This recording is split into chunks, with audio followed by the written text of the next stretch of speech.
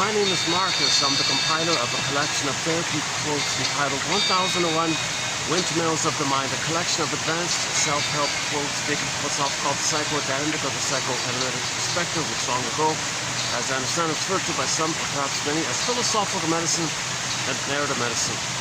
All in the spirit of what Plato said long ago, that understanding really clarifies so much. So we're looking for understanding. Understanding is the healer. Understanding is synonymous with love and forgiveness when you understand deeply. So that's what we're trying to do, is to understand. Now, when we understand ourselves, we've got to know ourselves in order to understand ourselves. But that phrase, know thyself, includes, embedded in it, is the unconscious self, the shadow self, the secret self, the hidden self, the repressed self, the dissociated self, the denied self. Okay, everything about you that you don't know. Okay, you bundle it up and create a metaphysical fantasy, science fiction character. Okay, and call it the double self. Okay, and that double self is you. It walks with you. He's not like you, but he is you. He's living your life, and you know nothing about him. That's most of you is really in that double self. Okay, because your budding beauty is in there. Who you would have been had you been out the potential, the gold, the ball, and the blue jay of happiness, the ontological self, the sense of self. All the potential, the gifts are still in a kind of frozen, budding form, frozen. Arrested development, stunted development, developmental rest. So your feeling self is frozen. Okay, all the capacities of the real self didn't get a chance to blossom. The soil wasn't there. You know, the soil is the relationship between the baby and the mother. That's the soil for the blossom, for the budding beauty, the emerging self to stay with the child. That was, for whatever reason, on an old cunning tale point of view, it wasn't available, so the child froze it up. Yes, the rest of them developed. Okay, physically, chronologically, you know, and even intellectually, you can get 10 PhDs and win 10 sports awards and so on. But we live to the extent that we have our ontological self, our sense of self, our feeling self, the yin, the embodiment, the shakti, okay, this serene, inexhaustible fullness of being, the am, the authentic am. So this core in the field represents the core of the person, the authentic core of the person, the real self core of the person. And we live, this is our I, this is where we live from, this is our home, this is our embodiment, our soul even. So the yin is the soul, the beingness and the embodiment is the soul, like that. That's supposed to stay with it. We have it, it's innate, but it's frozen. So it's like frozen. So the image of the freezing, there's several images for it. Since the beingness is symbolized like the feminine, like the moon. So the metaphor is the moon and the sun. So you'd have like the stillness, sort of like a still, powerful quality of the moon. And the sun has like a bright, active kind of thing. So the association was feminine, masculine, being and doing. Okay? So similar to the Tai Chi symbol, yin and yang. Okay? So your doing comes around from the being, and it supports the being and the doing. So the being, your doing comes from the being. Maiden King, the one fairy tale is called Maiden King. So maiden is the feminine, and then the masculine part of you is the doing. You're doing from the feeling, the being, then the doing from the being. Then you make sense, ethical, virtuous, moral, ethical, normal. So you live in the present. You have Freud and Freude, meaning delight and pleasure and everybody's happiness and growth. Normal state of affairs, so all one family kind of thing. Ubuntu. Oh yeah, we should play that song, huh? Yeah, Sona Japarte, I just saw this just now. This Sona Japarte from Gambia has a song called Ubuntu. I'll have to check that out. Okay, so yeah. As usual, there'll be a few little distractions on my part. There's an event just taking place in front of me here. But so the building's booked, but the outdoor part's open, but it's still kind of busy around here. Okay, enough about the venue report here. And they got the water full blast here. A little noisy here today. I hope you can still hear okay. If you don't hear too well, the main thing is the quotes below. My discussion is sort of like a bonus, I think. I'm not a shrink or professor, keep that in mind. Disclaimer, disclaimer, disclaimer. I have not been analyzed. I'm not a counselor, never studied psychology. I'm the compiler. I find quotes, I skim and scan, find quotes, post 10 on the read back. Hopefully 1 out of 10 for anybody reading it might find to be inspired by it. Moving towards finding the right blocks to spell love. Back to Mr. Diderot, the French philosopher, Denis Diderot, back in the 1700s or something. So he was considered sort of like a humanistic kind of philosopher, I guess. And Overstreet, a self-help book from 1925, 100 years ago, a guy named Harry Overstreet. In one of his books, I forgot which one, anyway, it's the 1925 one, he quotes Diderot in there, excellent quote, and I haven't found it anywhere else. So apparently Diderot said, the world is a kind of spiritual kindergarten, and we're all bedazzled infants trying to spell the word love with the wrong blocks. Okay. So this is similar to know thyself, kind of thing. Okay. So, but the confusion with know thyself is, you mean like what you know about yourself, self? What about what you don't know about yourself, self? Well, both. You need both. It's intermingling. And most of you is unknown. That's what Mr. Freud said. Most of you is unknown. Humanity's third narcissistic injury. Most of you don't even know. That's the unconscious, that there is an unconscious.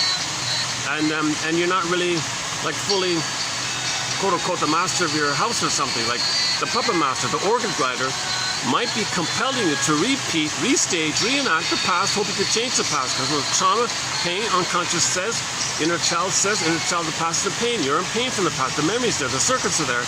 That's like unknown. So that's the puppet master saying we gotta get mother's love. We gotta get a better outcome for the past. We gotta get a better childhood called a secure attachment stuff. So we can have our identity and our being is not be in pain. So the puppet master makes a stage and repeat, reenact, orchestrate. Okay, the cry for love, and you're going to get rejected because you can only look for a substitute for mother, a similar mother, to fulfill the mandate to repeat, because that part of the brain doesn't know time. Baby reached for love, mother said no. So, ouch. Okay, the event took place, but the pain makes you say, reach for mother. Now you're an emotional fugitive from the love that you seek. In order to do that, you got to search for mother. You're a fugitive, you're running from her, that's the memory, but you're running for her, it's the failure because it's symbol. Herein lies the dilemma of trauma and repetition compulsion. Now, Paul Russell says, think of them as synonymous. So the repetition, so due to the trauma, due to the trauma, therein lies the OCD compulsion to repeat, to get a better outcome, to get a better childhood. Because we want to develop, we want our identity, we want our golden ball, our feelings, and the blue jay of happiness, and all the capacities of the real self. Man, oh man, most of who we are is from the real self. Okay, the quote-unquote more regular, normal human side of being human, the quote-unquote more human side of being human comes from the real self, the feeling self. There's where the heart's in the body intimacy. Okay, you can make I statements. There's sharing the truth with each other. There's no envy or jealousy or competition like that. You both are better off when you grow and you share, and you grow when you share. There's a natural kind of cooperative place like that called Freudenfreude. And because you have the I, you can enjoy the present, enjoy the variety of life. You're not blotting out the present, seeing what you need to see to fit the script of the past, to change the past, hoping to get a better past. You ignore the rather the present. Just filter, cherry pick, and then distort, twist, wrench, distort, to somehow justify to yourself that you can you can fool yourself that you can replay the past, not know it. That's what the cherry picking's about. Because the puppet master doesn't want to make you know that you're still living in the past, dwelling in the past, lingering in the past, hoping for a better childhood past. This is dysfunctional. To spend your life replaying the past in the present, hoping to change the past. Okay, enter Edmund Berger's excellent metaphor, the 45 record. The trauma is a neural circuit in the brain, wired in, human connections lead to neural connections. Okay, wired in. Okay, imagine the metaphor, this wiring being pressed on a 45 vinyl disc record. Okay, this circuit, Cry for Love, Mother Said No, and okay, it's kind of like a painful song. Let's call it a painful, traumatic song, I don't know. It's pressed on a 45. Repetition compulsion. You carry this 45 record with this one disc. Okay, you carry it with you everywhere you go. Every time a new opportunity presents itself, i.e. a turntable's there, with never-ending fiery ardor, Berger says, you reel off, you spin off, you play your one and only tune. That means you're going to recreate in the present what's scripted, the traumatic script. You're going to replay that script where you cry for a mother to know. Okay, more benignly, the benign version, you play yourself and expect others to disappoint you. That's what happened in the past, and you do it to know that's what happened in the past, but you did it hoping for a better past. That's dysfunction. Replaying the disappointment, hoping that mother in the past will love you, but you're in the present, but mother in the past will love you if you get something symbolic of mother in the present. If you eat a cookie in the present, that means mother in the past is going to love you. That's dysfunction. It's dysfunctional to think that eating a cookie in the present is going to translate to your mother loving, that she loved you in the past. That subtly, magically, you had the experience of mother loving you in the past when you eat a cookie in the present. That's dysfunctional. Okay, it's called a symbolic acting out. But the positive side of this is it's an attempt to get your story. It's an attempt to spell out, formulate, symbolize, construct your story. So the story's the healer, narrative medicine. Okay, so this is known, but it's unthought. We got to think it, we got to put a story. So to help us think it, we got to create a story. So that's like looking for the right blocks, kind of thing. Or look at the piece of the puzzle, you make inferences, you guess around, pre-associate, dream interpretation. Just see if you can piece together your story and try to now know what you couldn't, setting it up so you can then feel what you couldn't. And that's the healing part. When you can feel it, that's the reaction, the catharsis, the release, the phoenix, the firebird, you feel it in your body and you come back in the present. Because when you now know, that builds a sense of time. Okay, oops, hold on a second.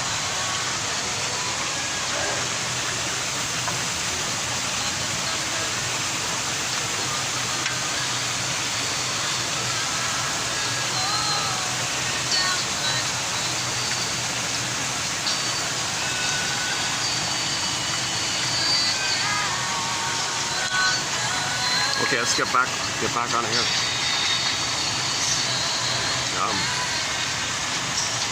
Yeah, so let's pick up where I was. Where was it just now? The story. Oh yeah, okay. So the consciousness understands time. Our conscious mind, our conscious ego, our regular, normal reality ego understands that experiences are linear, the arrow of time, that there is sequence of time, you know, but the unconscious mind doesn't know time. It's a spinning, timeless, infinite, timeless, forever, infinite, permanent, timeless, no time, timelessness, time, no time, eternal, forever. There's no time in the unconscious.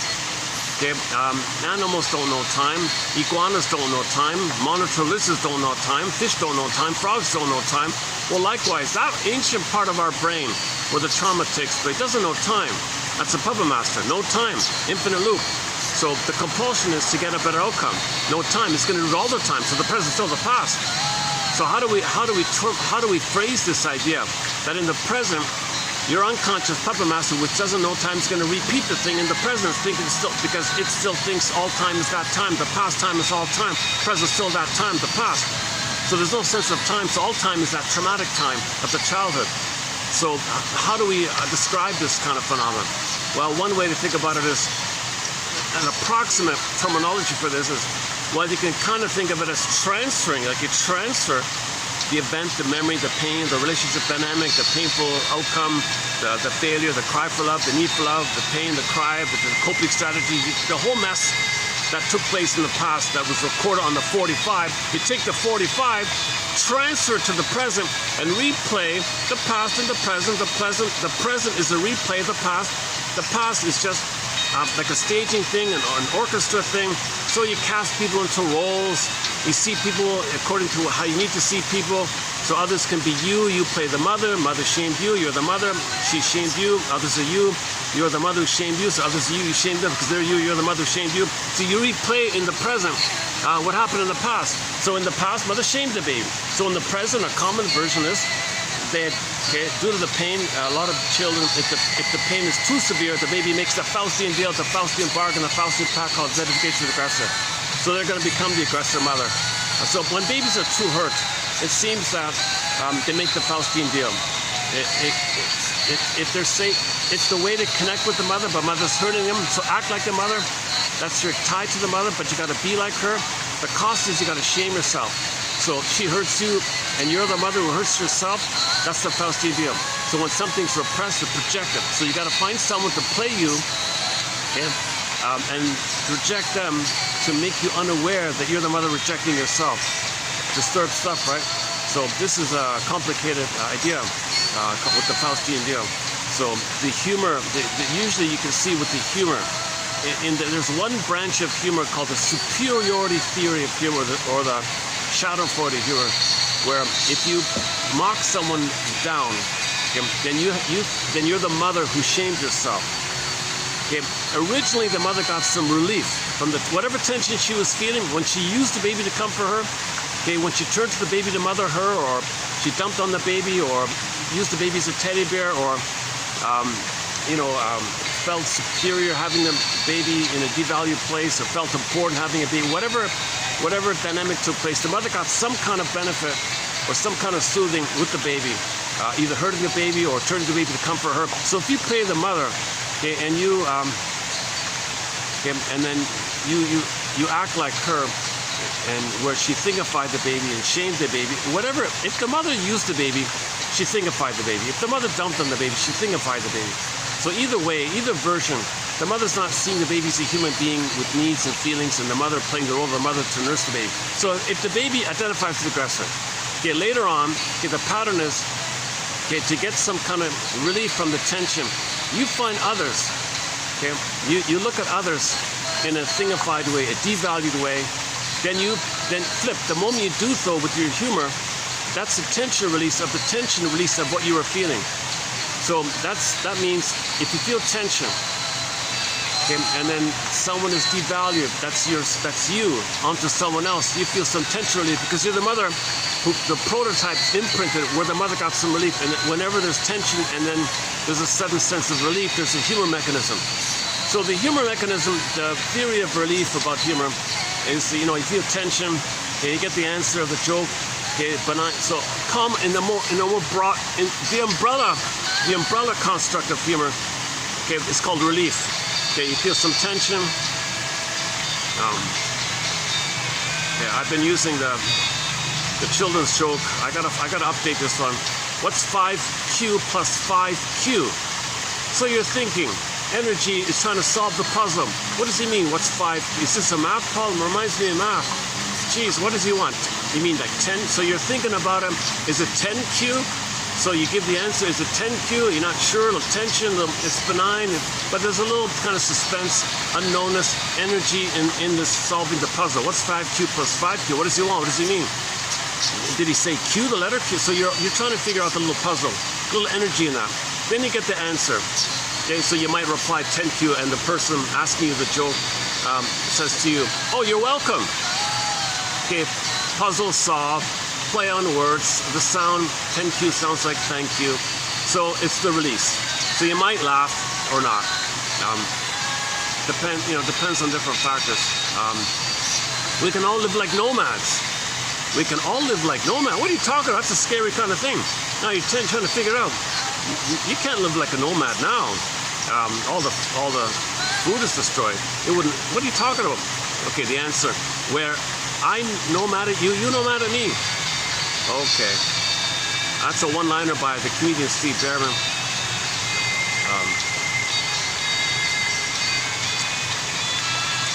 Recently, we did some quotes on humor. James Grotstein offers an excellent support on understanding the difference between therapy humor, humor that advances, that enlightens, that searches for both, and the human side of being human humor, where everyone's better off kind of humor. That's like a paradoxical kind of healing humor. Not just the physiology of you're laughing, more oxygen. That's an obvious, but we mean psychologically healthy, where you interrupt either or thinking, find both and thinking. Both and is the healer, because in order to heal, you got to find both and. If you're in a kind of Schadenfreude, either or, up, down, down, up. If you're in this kind of flip-flop, baby down, mother up, and you're always replaying this painful, victimized child, aggressive mother, and see the victimized child becomes the aggressive mother. They have the child becomes the victimized child. They become the aggressive mother. And you're just flip-flopping. That's called Schadenfreude, and i.e. in the humor, when humor is involved. If their kind of humor, okay, in this mode, okay, is called the superiority theory of humor. You make yourself superior, others inferior. You're doing this flipping thing where the mother got relief shaming the baby. You play the mother, so shame others playing you, and you got the relief that your mother got based on the prototype imprint, okay, conditioning, programming, whatever you want to call it, like that. So that's that topic was covered a fair bit recently. Okay, let's keep going here. There's all sorts of little activities in front of me. Nice. Yeah, they're putting up decorations. And Everybody's putting up Christmas trees and things like that. Hold on a sec.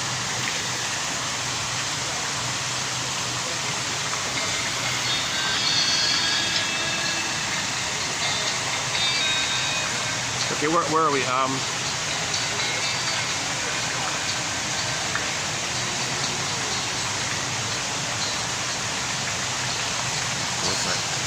Where was I? My mind is a little my mind's a little scattered at the moment.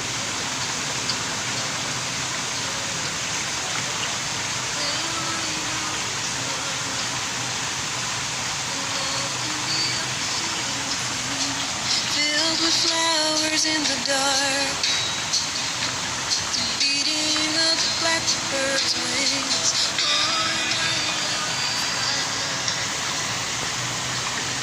So commonly this shortcut is, most people might describe it as you're laughing at people, a Schadenfreude. Okay, that's trauma early on with the Faustian deal. Your tension relief is at somebody's expense, but that other is you. You're the mother shaming yourself. Others play you and shame them to make you unworthy of shaming yourself. So this is disturbed. This is perverse humor, sick humor, pathological humor. Yes, there's tension release. Yes, there's tension release, but it's based on shaming someone who's you and you're the mother. So you don't heal with blowing off steam, tension release. There's no healing like that. And you might spend your whole life, because the pain pump, the trauma and the pain pump still is going to blow off steam all the time. So a person might be cynical and sarcastic their whole lives. They might buy dictionaries of put-down jokes, insult jokes. They want to memorize hundreds and thousands of put-down jokes so they can always have a chance to blow off steam. That means they're the mother shaming themselves. So if they have a catalog of handy jokes in mind, they can blow off steam by shaming themselves. But others play them, and they play the mother, and they're recreating in the wiring how mother got some benefit, some release when she used the baby. So shaming others means your mother used you. They put it that way. So that's so Grosstein describes that as humor coming from the Melanie Klein's paranoid schizoid mode of experiencing. The baby, it's arrested development. The baby didn't separate from mother. They're still fused, angry. So you got self and mother on one side. Okay, when mother hurt the baby, they couldn't differentiate. So you click on the other side, either or. So originally, baby's special, mother's a goddess, but they didn't differentiate the human. Still like two coins pressed together.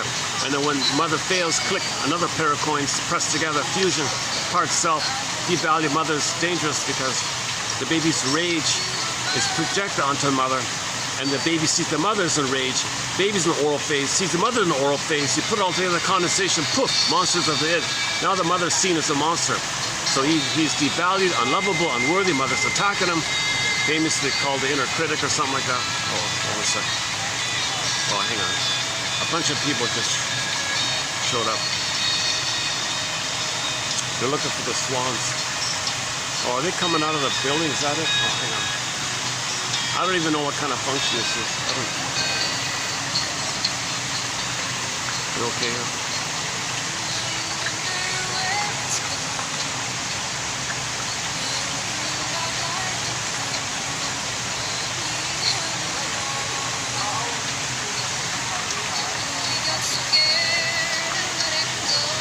Okay. One sec. I might have to move here. I'm thinking where can I go here? Let me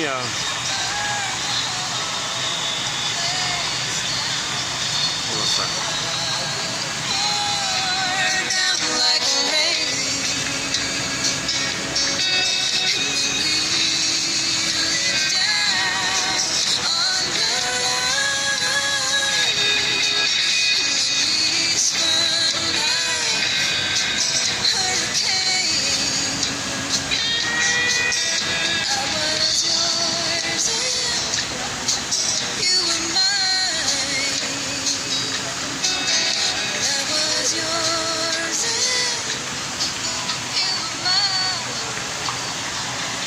So, for example, recently we played the clip by the comedian, what's his name again?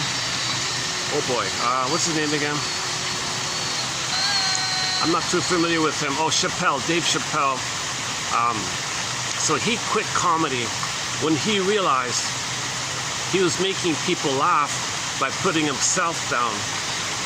So other people felt superior at his expense. So he would voluntarily put himself down, okay,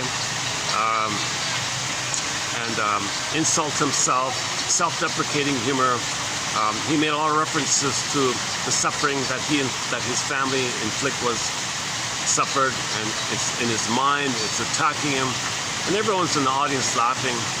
So you see him putting himself down. You even see a character in his mind representing his inner voice, putting him down. So, and that voice is saying insulting things to him. So you see visually that he's putting himself down. The audience is laughing like crazy. Then you realize, what am I doing here? What am I doing? I'm perpetuating. This is not therapy. Nobody's healing. They just feel relief, but nothing is healed. Nothing's really healed like this. On the other hand, it is educational to learn about some of the things he's referring to. Maybe people don't appreciate him. Plus, he's demonstrating a certain willingness to face it. So there's a kind of a both and with his kind of comedy. But anyways, he concluded that he felt like, for whatever reason, he felt like he didn't want to spend his life making money, shaming himself, mocking himself, putting himself down, even in a cute way or funny way or witty way, whatever it is. Then result is he's down, others are up, the audience is up, they're laughing, they get tension release. Every time he puts himself down, others feel superior. That's the superiority theory of humor, because he's playing the soul of the people watching him. So he's going to put down his own soul. Okay? That means the people watching feel their soul put down, and they're the mother who put down their soul, project it onto him, doing it on their behalf as a proxy for them. So they're the mother side. Falsely revealed, they get the relief. So they play the mother side. So they're in the audience feeling like the mother getting some relief. So this is one theory of humor, where self-deprecating humor, usually it's called self-deprecating humor. So Mr. Chappelle quit the business basically when he did that. I played it on. It's on YouTube. It's been watered down. There's an original of it called. It's the scene. Look up the Dave Chappelle on the airplane when the flight attendant asks him, would you like fish or chicken with your meal? That's skit there. It's only 90 seconds long. It's only 90 seconds long, but it's one of the most talked about comedy clips in all of comedy, I think. But he quit because of it. That added to the discussion.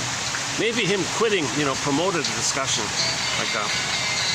So we'll get to. And Miss Sona Japarte was saying, still to this day in Africa, the educational system still puts African people down.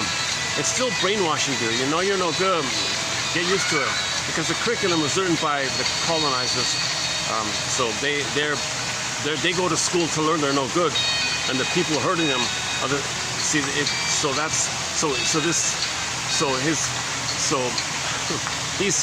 just doing the same thing. Ironically, this man who grows up is still doing the same thing that he picked up from his ancestors, and he's making jokes about it like that. So maybe that's part of the reason you got to break free from this traumatic script, traumatic curse. Okay, on this point, an excellent Twilight Zone episode is called Gabe's Story. Gabe's Story by the Twilight Zone. That's one of the best. My humble opinion. I haven't finished the series yet, but so far today, in my humble opinion, that's the best Twilight Zone episode. Gabe's Story. It's from one of the rebooted series. It's not the original. They did 2 reboots. It's in one of the reboots. Gabe's Story, Twilight Zone. It's all about facing the traumatic script, and then the conclusion was, you gotta grab the pen. You gotta grab the pen and write your own script. So let's pause here for a moment here. When you identify all the script, and you feel sick about it, you cry about it, that means you're allowing yourself to grab the pen and write your own script. So a recent quote about this was, in the trauma we repeat, that's the script. Okay, so in the Twilight Zone, Gabe had a self-defeating, daily self-defeating lifestyle. He orchestrates, he felt jinxed, he said. So I feel jinxed, why is this happening?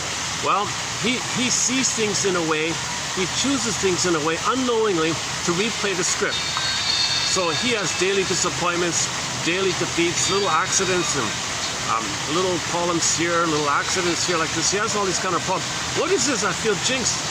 He calls himself jinxed and Mr. Unlucky. How do you call it? He called himself Mr. Unlucky or something? I forgot what he called himself. Anyways, he got sick of this thing. So he wanted to identify what's going on here. Why was my daily life self-defeating? Okay, now enter the twilight zone. You're entering into the twilight zone. Another dimension, a dimension of sight and sound. Open the door. Next stop, the twilight zone. Now unconscious. So now you see him go to the unconscious. So just as an abbreviated version of it is, he goes to the unconscious and he sees his script. He sees his script in the unconscious. It was visualized by Roxanne writing daily versions of the template. The script is like daily proofs of the template. First as a template, then daily cranking outs. The template, from the template you create daily printouts of the template. It's a fixed template, but you get daily little versions, little varieties every day. So he went to the twilight zone. He saw Roxanne writing daily dysfunctional things. Gabe said, "Hey, you, what are you doing here? Stop giving me these painful scripts. I want a better script. Don't give me these dysfunctional scripts. I'm just doing my job, dude. I got a template. I got to write daily. I mean, I can tweak things for you. I can make things interesting for you, but I got to follow the basic fundamental template. I can do a little, I can, decorate a little bit for it. No, I don't want decoration. I don't want variations of my self-defeat. I want to get out of this thing. Well, I got to take out upper management. You got to face this template. The old tip, fine. So he went deeper into the unconscious and found the template. And the voice of the template said, "Look, Gabe, this template was how you survived. You believed you needed to stay dysfunctional to have the hope of getting mother's love. You decided and you believed that you're going to stay tied to your mother, be dysfunctional to protect the tie, to preserve the tie, waiting and waiting and waiting for mothers to love you. This is something that you did. This is a deep thing you decided. It's deep in the brain. It's a neural circuit like this." And they go, "Oh my God, you mean I'm dysfunctional because I think by being dysfunctional I'm going to get mother's love in the past?" That's right. I went out of this. Are you sure? Damn hell yeah, right? Well, do you realize you won't have any hope of mother loving you in the past if you do that.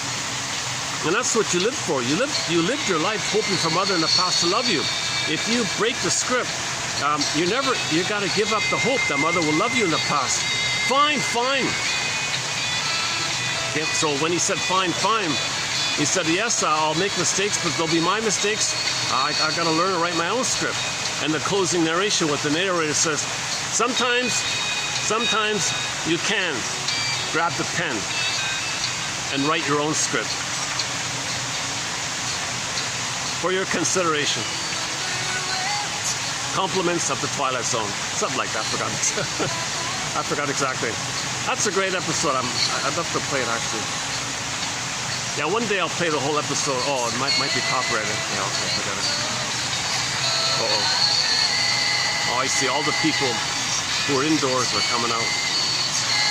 So their indoor function is over.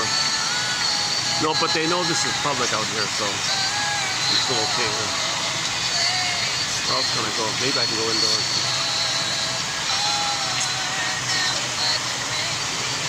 Hold on a sec. A little distracting. Hold on a sec.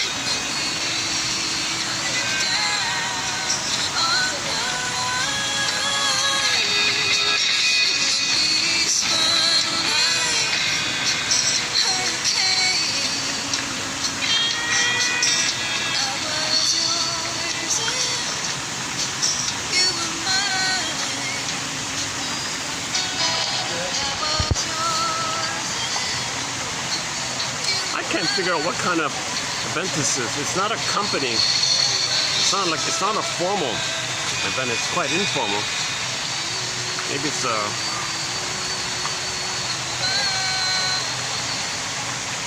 I can't figure out what this thing might be about. Oh, it must be some kind of like a. Maybe it's like an engagement. party or an anniversary or something, one of those kind of things, where most people are strangers, kind of. When the swans get closer, I'll turn the camera again. They're at the other end. Okay, so let's go back. So from the Gabe story, okay, that's one image. So that when you face the script, when you admit mother failed you, okay, and you sugarcoated the pain to keep the hope. So you're dysfunctional to keep the hope, searching for symbols of mother, hoping it'll be real mother in the past. Part B, you are angry with the mother. So you have a talionic issue with the mother, so you make others stand up for your mother, and you do to them what your mother did to you, an Italianic kind of feeling. So this is called showing up the mother, negative magic gesture. So it's dysfunctional. Others are not your mother, others are not you. You're kind of flipping it around sometimes, or you tend to play the mother and others are you. That's why people hate vulnerability, weakness, because it reminds them of them. They don't want to see it. Because originally they had it, mother hurt them. And they're the mother, they see, they're acting like the mother. Mother squelched it, mother repressed it. Oh my God, I forgot something. In the last video, I played a clip from the TV show Decoy. It was about sibling rivalry. The two sisters had a big fight like that. Anyways, the closing comment was by the tech. She was a policewoman. The TV shows though. It's television's first policewoman. Casey Jones, did they call her? 1950 something series. It ran for 1 year. Excellent show. Episode 24, season 120. There's only season 1. Season 124, called The Lost Saturday. The woman had it's the one about the amnesia. A woman had amnesia, and the whole episode was about helping to retrace what she forgot to see if she get the memories back. Anyways, at the very end of it all, the closing narration was policewoman Jones closed the cover, so the case has come to a conclusion. She closes the cabinet, the filing cabinet. Okay, so the case is finished. It's dismissed. Pushed in like that. Dismissed. Pushed in. Is it really? Dismissed. Sounds like repressed. So you see her go, interesting. Pushed in. Dismissed. Repressed. So then the comma was, what really happened here? What really went down in this episode? So it might take the woman, the victim, the protagonist of the story, the rest of her life to analyze herself, to know herself. So when she said it'll take the rest of her life to understand this, okay, that's code for knowing ourselves is a lifelong process. Okay, that's just a follow-up point. The main one is in the last video, about the decoy one. That's not a bad video. Yeah, that was a pretty good video, actually. I was in a nice, quiet place. Totally unlike today here. But just when I finished the video, I remembered that point about when she said dismissed. She went, let me think about that. Pushed in, dismissed, repressed, denied, repressed. Is it so buried, repressed? So what's really going on here? That's just my take on it. All right. Okay, let's finish up the money point here. So if the psychic structure is such that the child didn't get enough love to leave the mother, so he's still in the archaic original place of special mother's goddess or devalued mother's a monster, that's the etiology of the psychic structure of either or. So that it leads to narcissism, and it leads to all the narcissistic patterns. Got about a dozen of them: the bully pattern, or the passive-aggressive bully pattern, the Iago, and other trouble patterns. The commonality in the human is this dark humor. So the commonality of all these personalities is this put-down humor. So that doesn't mean everybody in the audience has a personality troubled like that. A lot of people feel uncomfortable with that kind of joke. I feel very uncomfortable at these kind of jokes at somebody's expense. I feel hurt. What are you doing? This is sick. This is sick. To laugh at somebody's pain. Are you sick? Are you ill? Like, it's a disease. It's some kind of perversion. It's some kind of twisted. It's some kind of chemistry flip-flopping. That's the issue with trauma when it's too early on. Things are too disturbed. That's why it's called pathological joy or pathological humor. The superiority theory of humor. But a lot of humor is like that. A lot of sitcoms are based on put-down humor. Just constant putting somebody else down jokes, and although I don't want to list. I don't want to list them here.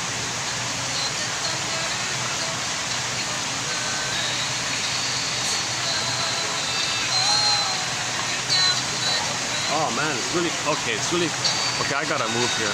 Hang on. Where else can I go here? Okay, it's filling up the places. Everybody inside has just sort of come out here.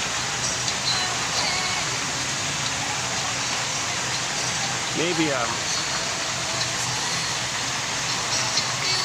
no, I can't use the building because it's booked. I gotta sit out. Okay, let me go for a walk somewhere. How's the time here? Let's see. Son of a gun. 3:45. Okay, let's look for another venue.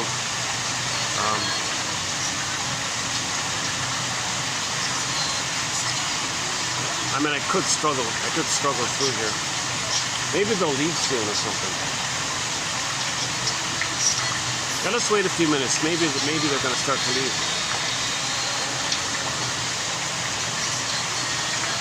Let me see what the swans say.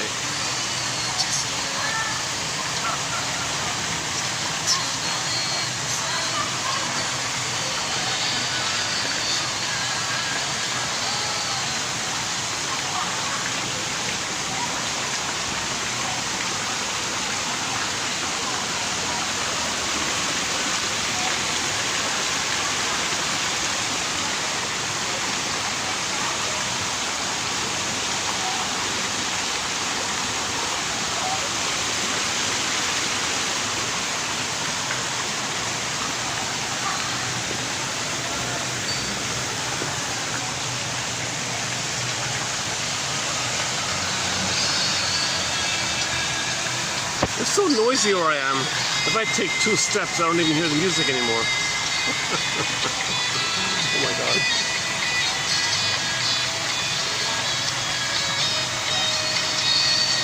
I'm battling the distractions around me and trying to focus on the lecture.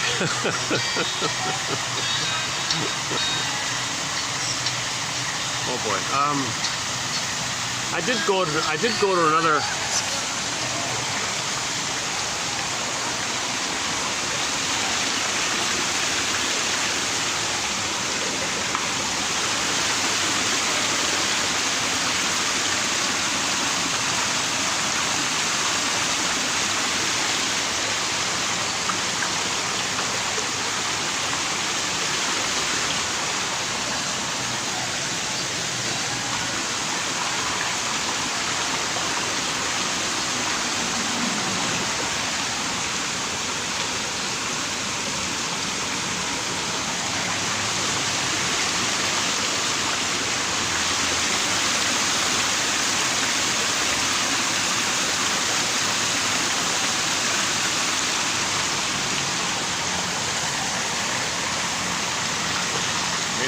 They groom themselves quite a lot.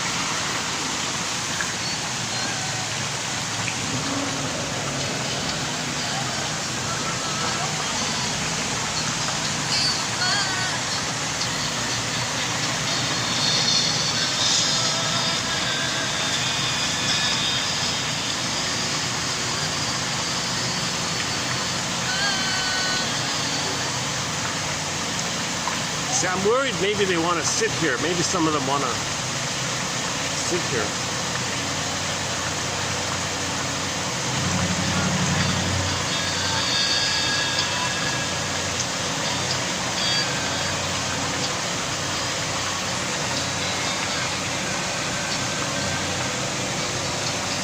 I guess we're okay. Yeah, okay. There's too many of them. They wouldn't fit here anyways, right? There's like 20 of them over there. All right. Okay, so so the humor.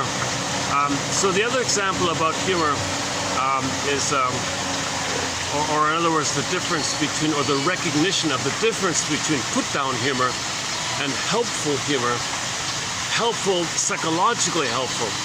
In both cases, yes, there's some physiological benefit. If you laugh, you get better oxygen. You know, when you laugh, you get more oxygen, so it's healthy to, breathe better, obviously. So we're not talking about the physiological side of things.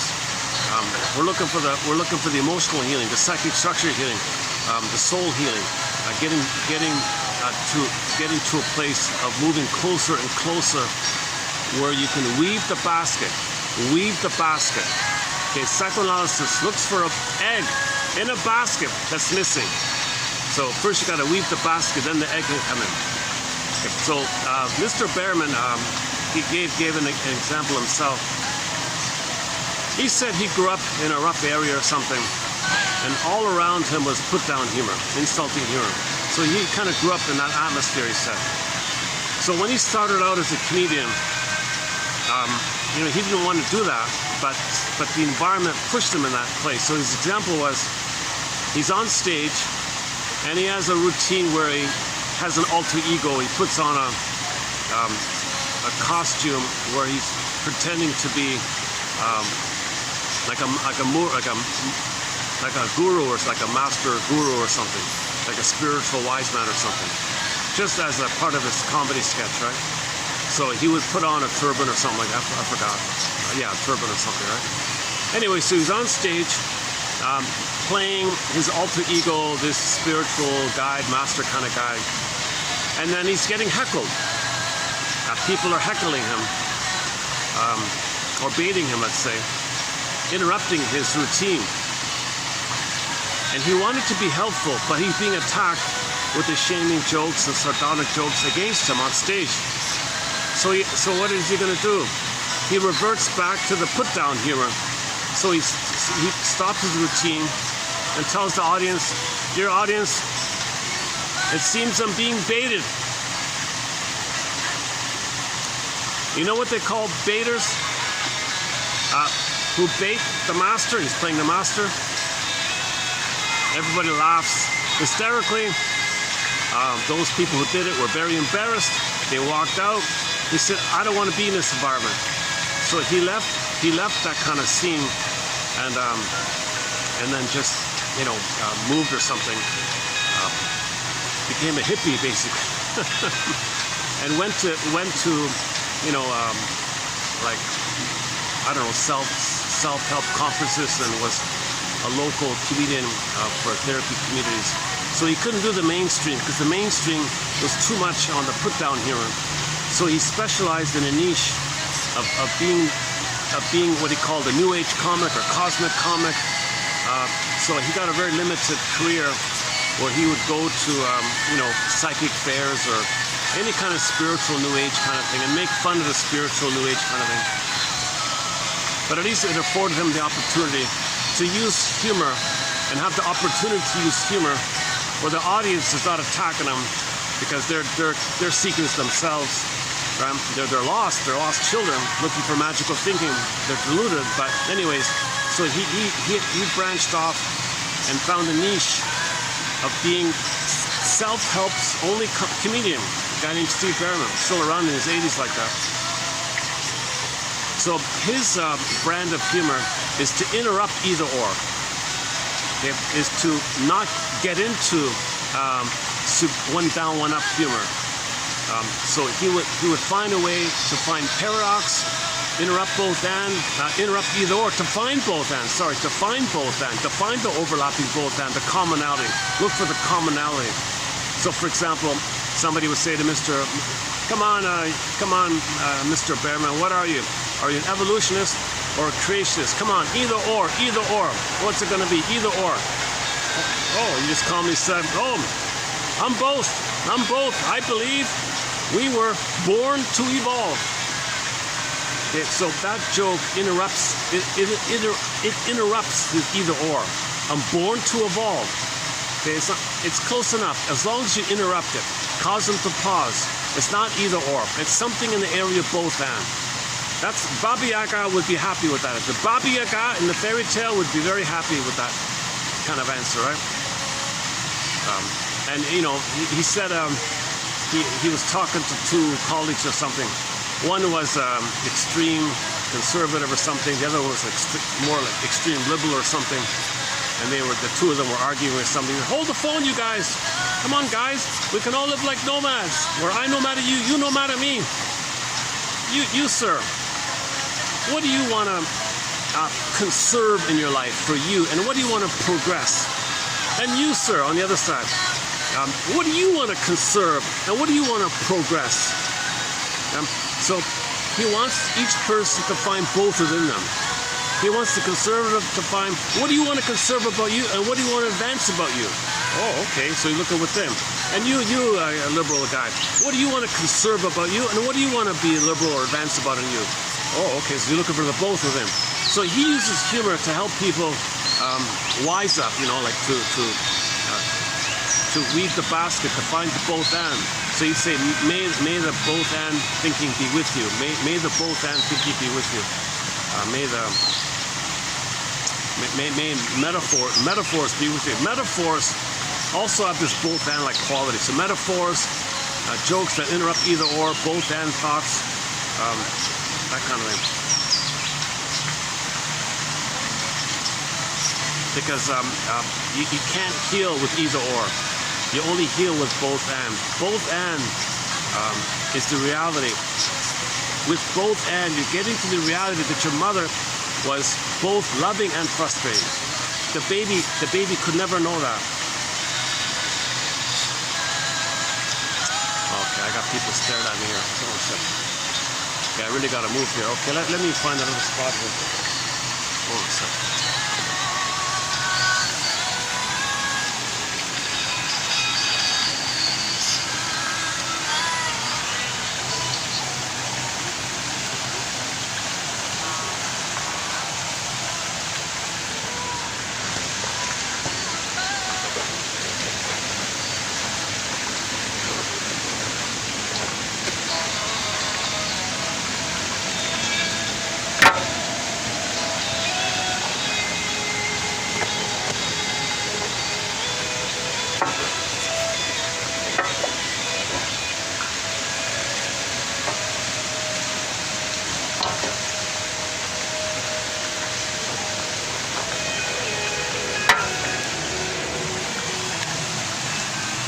I'm gonna look for another spot here.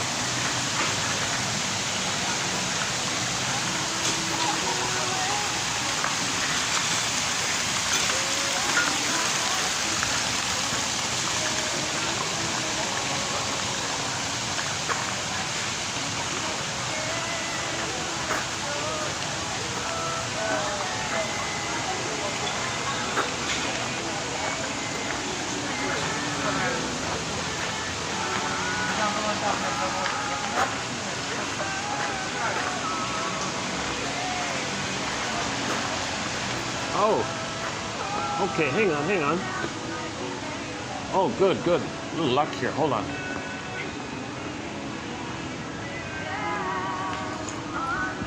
Since we're here. Hey, rabbits.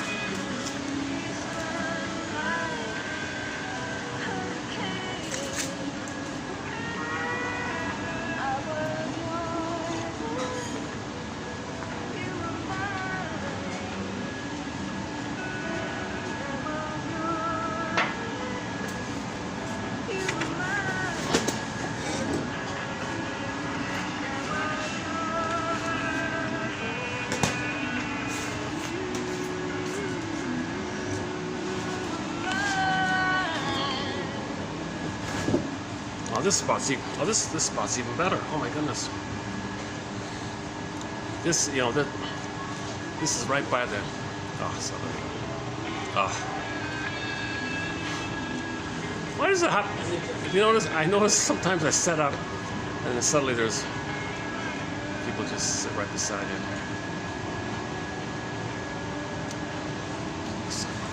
Okay, give me a minute here. Let's wait for this to pass over.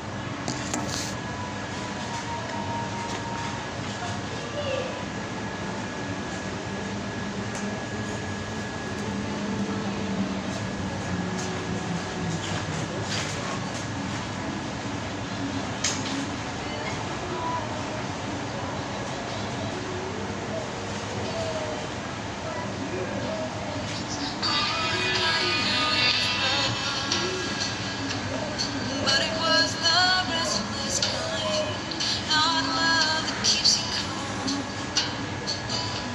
but love that thunders up your mind. Pour down like rain. We lived out on the line. We swung like hurricanes. We had a quote recently about oral fixations. When somebody You were mine. okay, this is awkward. Let me turn around here. Hold on a second.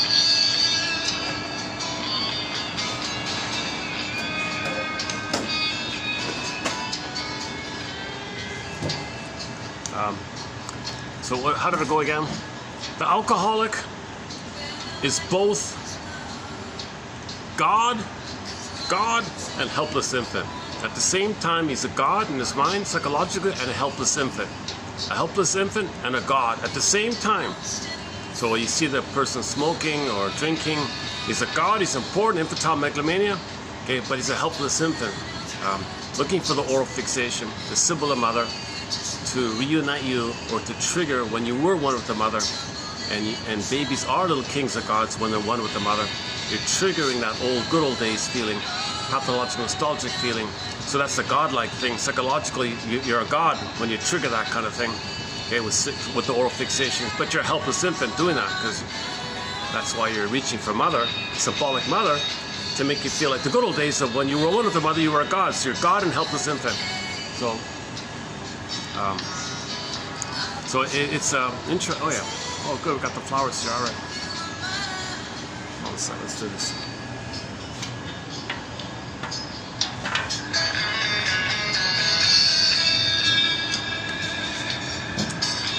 Okay. Hopefully I can sit here for a little while. Jesus. It's Sunday. Yeah. Okay. Okay. I want to get back on track here. My goodness. So let's finish up with the comedian Steve Behrman. Yeah. So we've got about 5 of his jokes in our thread on humor. We've got 5 of his jokes there. The pigeon one's the main one. The pigeon one. So his jokes, you know, they're respectful. They mirror your situation maybe, or they let you think everything's okay. Let you feel safe with the situation. So what about if somebody does have a narcissistic issue? Okay. So when you're young, right, you don't care about time. You just have ambition like that. So one lady.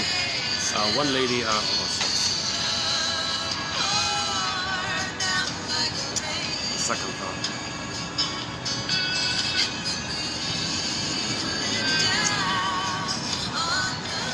6 half one doesn't here like this. Sorry. So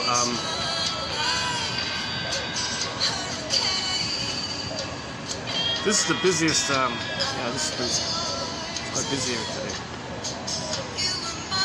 Okay, so there was a lady getting into midlife, getting into her 40s or 50s or something. But she spent the first half of life with ambition, to have power, to feel important, to be seen. She thought if she had power, people would see her, wanting mirroring. So she was obsessed with being famous and getting money and prestige and power like that. She was ambitious like that. So she was trying to be successful materially like that.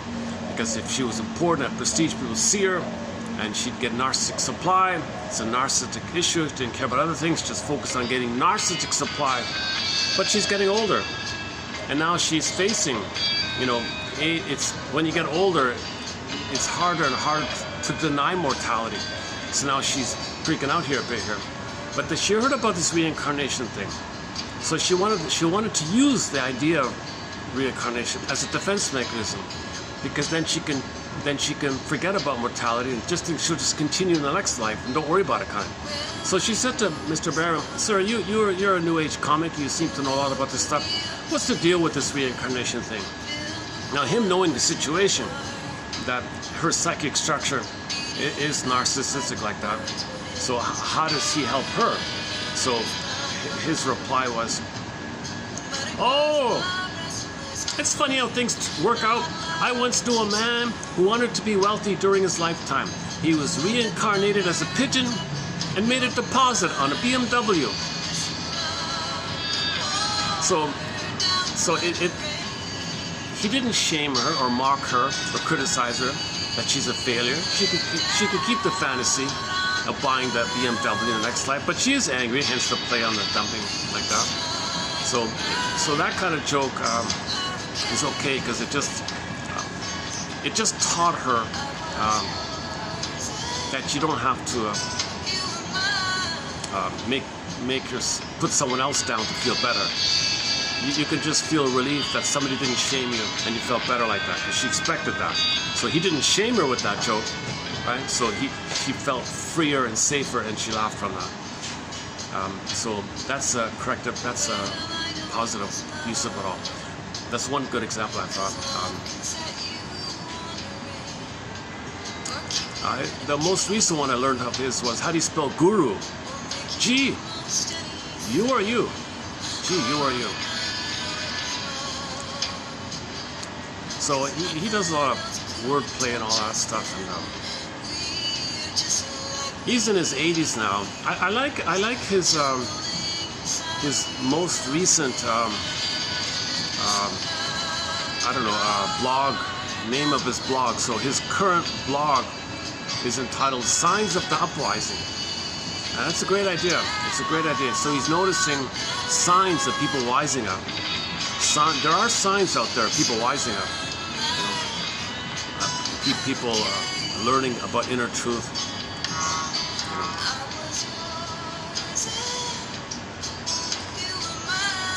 So yeah, for example, maybe I can play that one. So let's play a little bit the singer Sona Jabarte.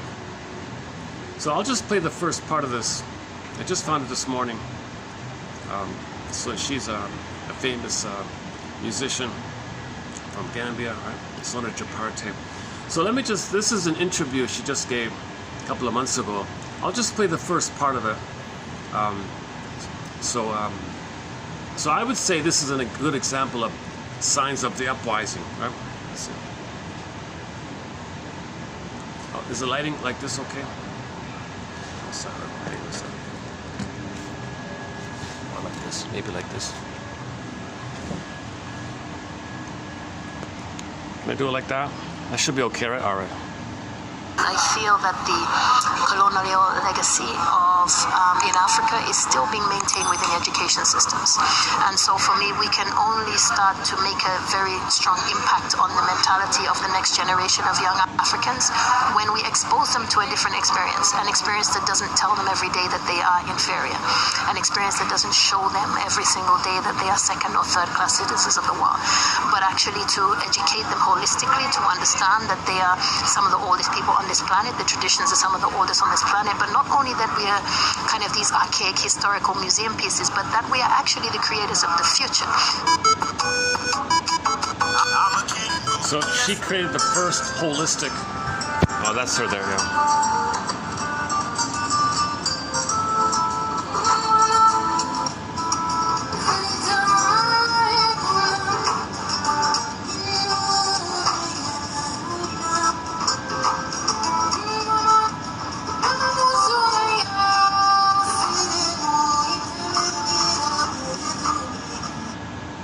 In other capitals, $1.5 million gets you just a regular apartment. Here in Bangkok, you get a... It is my extraordinary honor to have with me today Sona Jabarte, one of the pioneers of African music. She plays the kora. She comes from the Gambia, and today she's with us at the Sphinx Festival. Sona Jobate, welcome. Thank you. How did you get into music? So my name Jobate is what is recognized as a family that has been in this tradition of playing instruments like the kora. Kora is just one of them. It is a very old tradition, so that means being part of that family, being born into that family means you're being born into the environment of that musical heritage. So for me to take up music, it cannot be a surprise. But of course, the more difference is not that I did music. The more difference is the fact that I took up the kora. Yeah. For you, it's normal.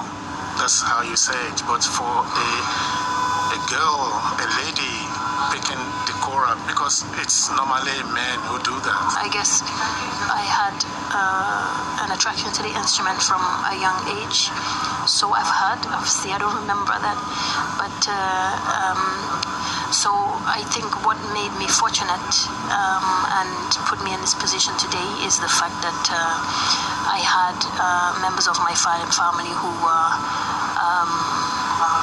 took up the responsibility to teach me, and that I think is exactly why I am here today. My older brother taught me from when I was very young, and then later I went to also study with my father as well. So that's really what brought me to the stage and being able to represent the music that I play. You have fused kora also with modern music.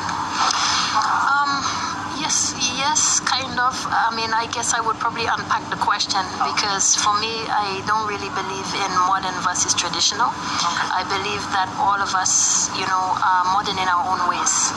And I believe that modernity is something that continues to grow. I also believe traditions as something that also continues to grow. There are also many other kora players who were great inspirations to me growing up. To name a few, of course, Tumani Jabate, who is one of my cousins, was one of the first to really take the kora into a new dimension. And so what he did with the kora in terms of playing it with different genres of music, with Cuban music, with musicians all over the world, blues musicians and so on, for me was what really excited me and got me to think bigger. I often talk of one of my idols on the kora. His name is Balaki Sissoko also. Again, done music in every single format that you can imagine acoustically. I was also very influenced by my older brother who wrote music for kora and orchestra, Western classical orchestra. So there are so many people, that's just to name a few, but there are so many people who have done so much to bring that instrument in the last few generations into different areas. So because I was growing up seeing that, that enabled me to think with my own sense of confidence that I too can find something that is true to my own reality. And also what I wanted to do was to try to stretch the boundaries of the tradition as far as I could. I would say that on my later album, in a way that didn't go so far from tradition, but at the same time kind of challenged it in a way as well. So I'd say that yes, and I think that's true of everyone as part of this tradition. We say we are who we are because of those who have gone before. There are not a lot of female kora players who have taken this instrument up and made something of it internationally. So in that way, you are a pioneer.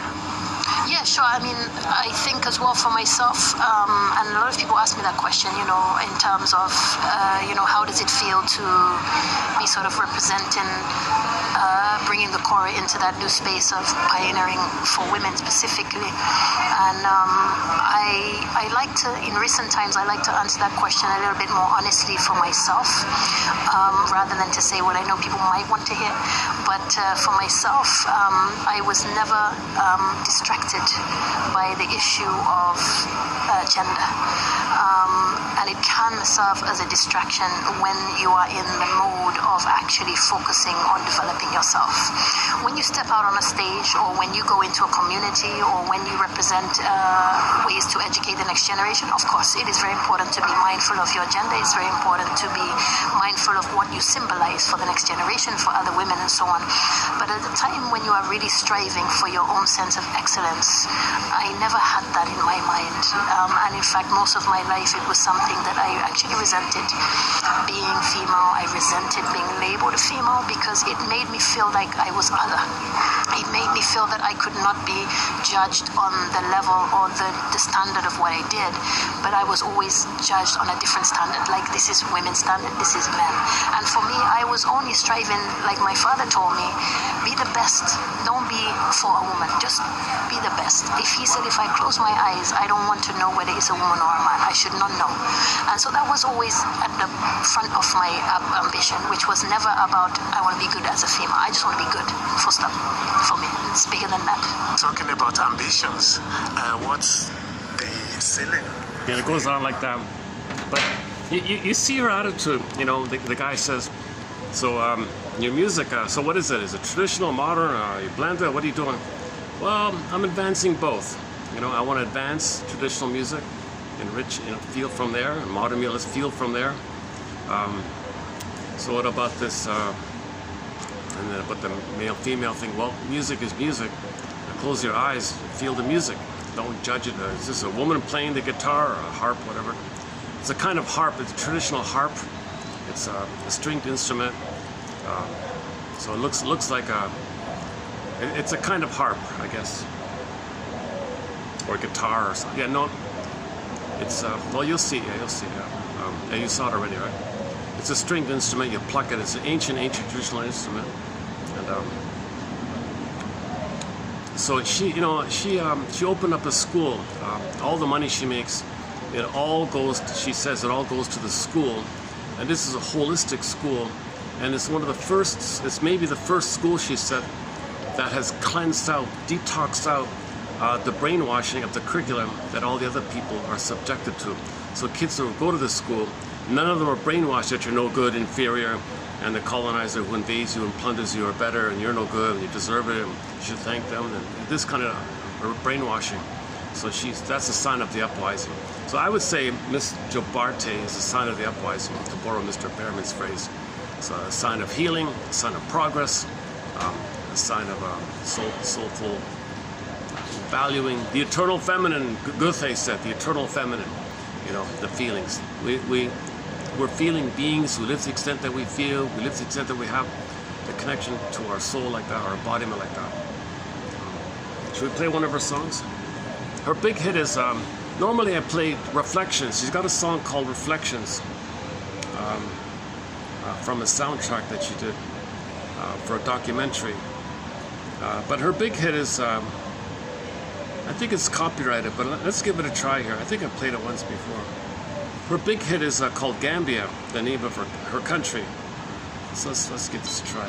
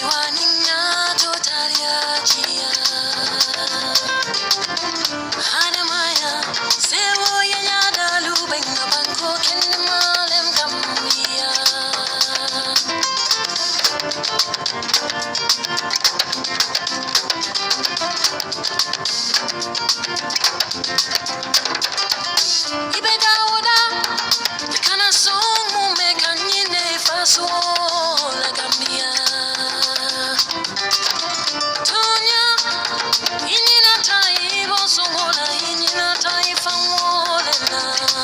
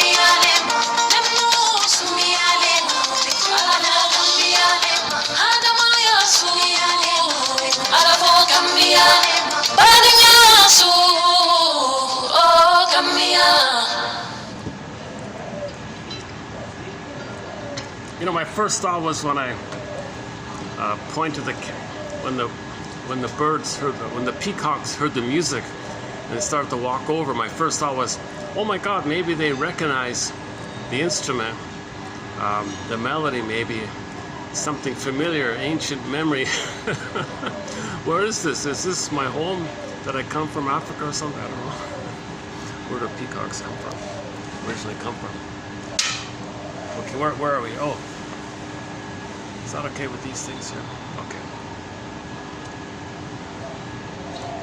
So yeah. So are we done with the humor part? Okay. So dysfunction and repetition compulsion is the hope for a better childhood. It's the hope that mother loved you in the past. Repetition compulsion means you're waiting for mother to love you in the past. Think about that sentence. Repetition compulsion, oral fixations, dysfunctional living is the hope that your mother loved you in the past. Whoa, that's what we're talking about here. That's the issue of the unconscious not knowing time, but the conscious is supposed to So we want to enhance this time element. The Twilight Zone's pilot was called the time element. So we got to recognize time. So again, when you recognize time, that means you can recognize that the trauma was lived. That means you processed it, assimilated, accepted it, and when it was lived.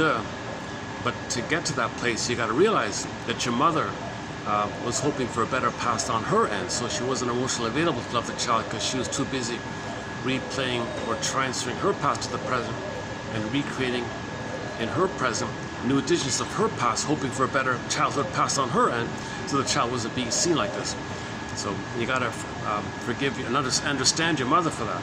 So if you understand that your mother was also traumatized, hoping for a better past, that immensely moves towards weaving the basket for the egg. So then you can feel about this. So she wasn't available. She was traumatized. She would have loved the baby if she could, but she was looking for an ability to love the baby. She didn't know that she lost this ability, and she was trying to know. And in the attempt to try to know, she had to shame the baby to know that she had been shamed. So the child's being shamed by this effort on her part to know that she had been shamed. But what's she trying to do? She's trying to know her story of why she can't love. So she's got to recreate to know what happened to her. So in the forgiveness journey, you recognize this complication like this. And if you can get to that kind of place, then you admit the greatest hurt of all. Mother was emotionally impaired. Mother had emotional dyslexia, emotional warping, etc. And she couldn't love. She couldn't. She might have tried her best, but for the most part, she didn't meet the baby's needs because she couldn't. She couldn't. The present. The baby's present is the mother's past, so she only sees her past in the present.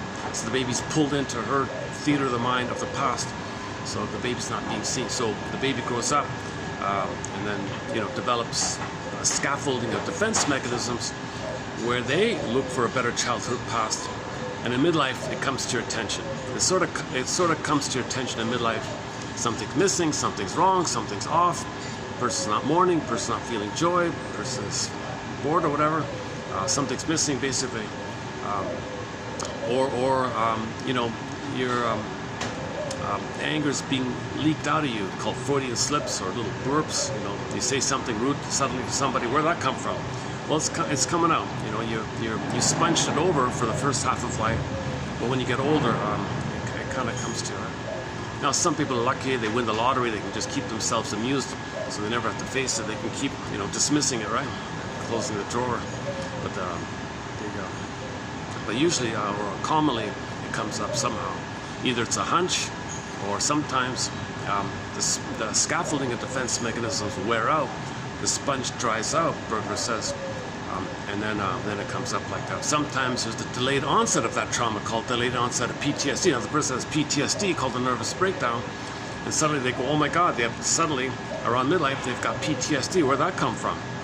They don't recognize any specific shock traumas or something, but there was a trauma called developmental trauma, relational trauma, attachment trauma, strain trauma, ambient trauma, interpersonal trauma, relational trauma. There was a trauma. It was a developmental thing, but it was sponged over. So the onset of that trauma was delayed by the sponging effect called the false self, neurotic living, hopeful living, this hope that you're going to get what is love. Because in the hope, it keeps you busy in the hope mode, but when the hope wears out, that pain of the trauma is still there. It's sitting there all the time, right? So midlife, it might just suddenly come up. And then now you got the PTSD. The PTSD was always there. It was just masked over. It was just cloaked over, camouflaged over with your activities. You just distracted yourself or numbed yourself or kept yourself busy like that. That's all. Let's wait for these people to pass here. One second.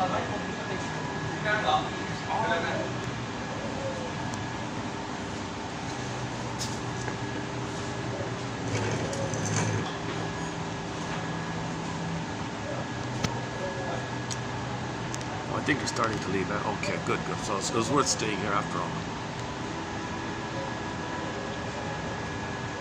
That's a common setup. Somebody books the building, but they don't book the outdoor section.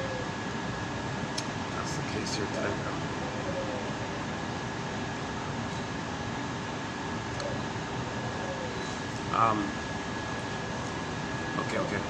I'll see if I can get a better view of the peacocks next time. Outdoors, you only get it through the mesh, but if I can get indoors, you can get it through the glass. Let's see if we're clear.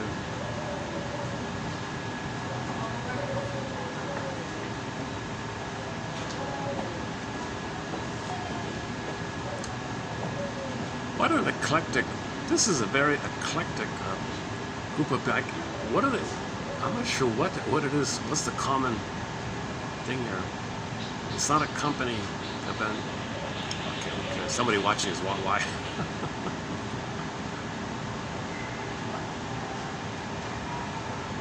My goodness, you got the whole range there. It's like a, you got like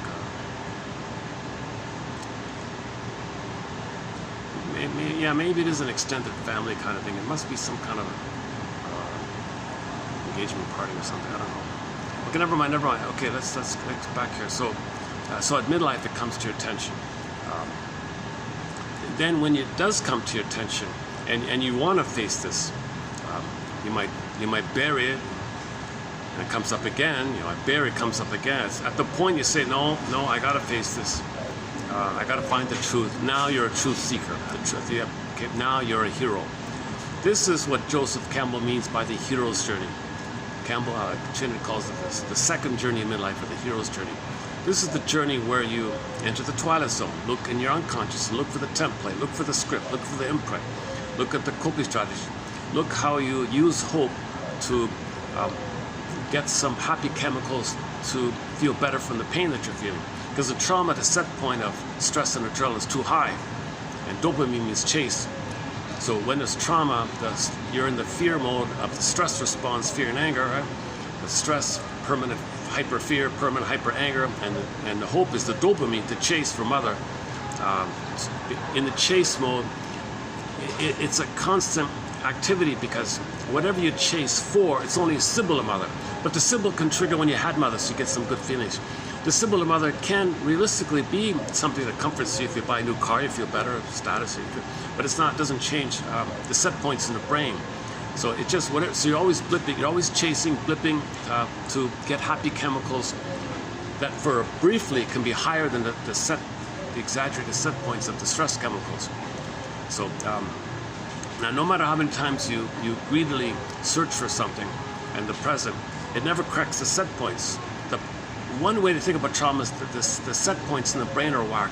The stress ones are too high, the happy ones, serotonin, oxytocin, too low. That's why someone gets something, they don't enjoy it, because the serotonin is too low. They find a partner they can't love because the oxytocin is too low, maybe.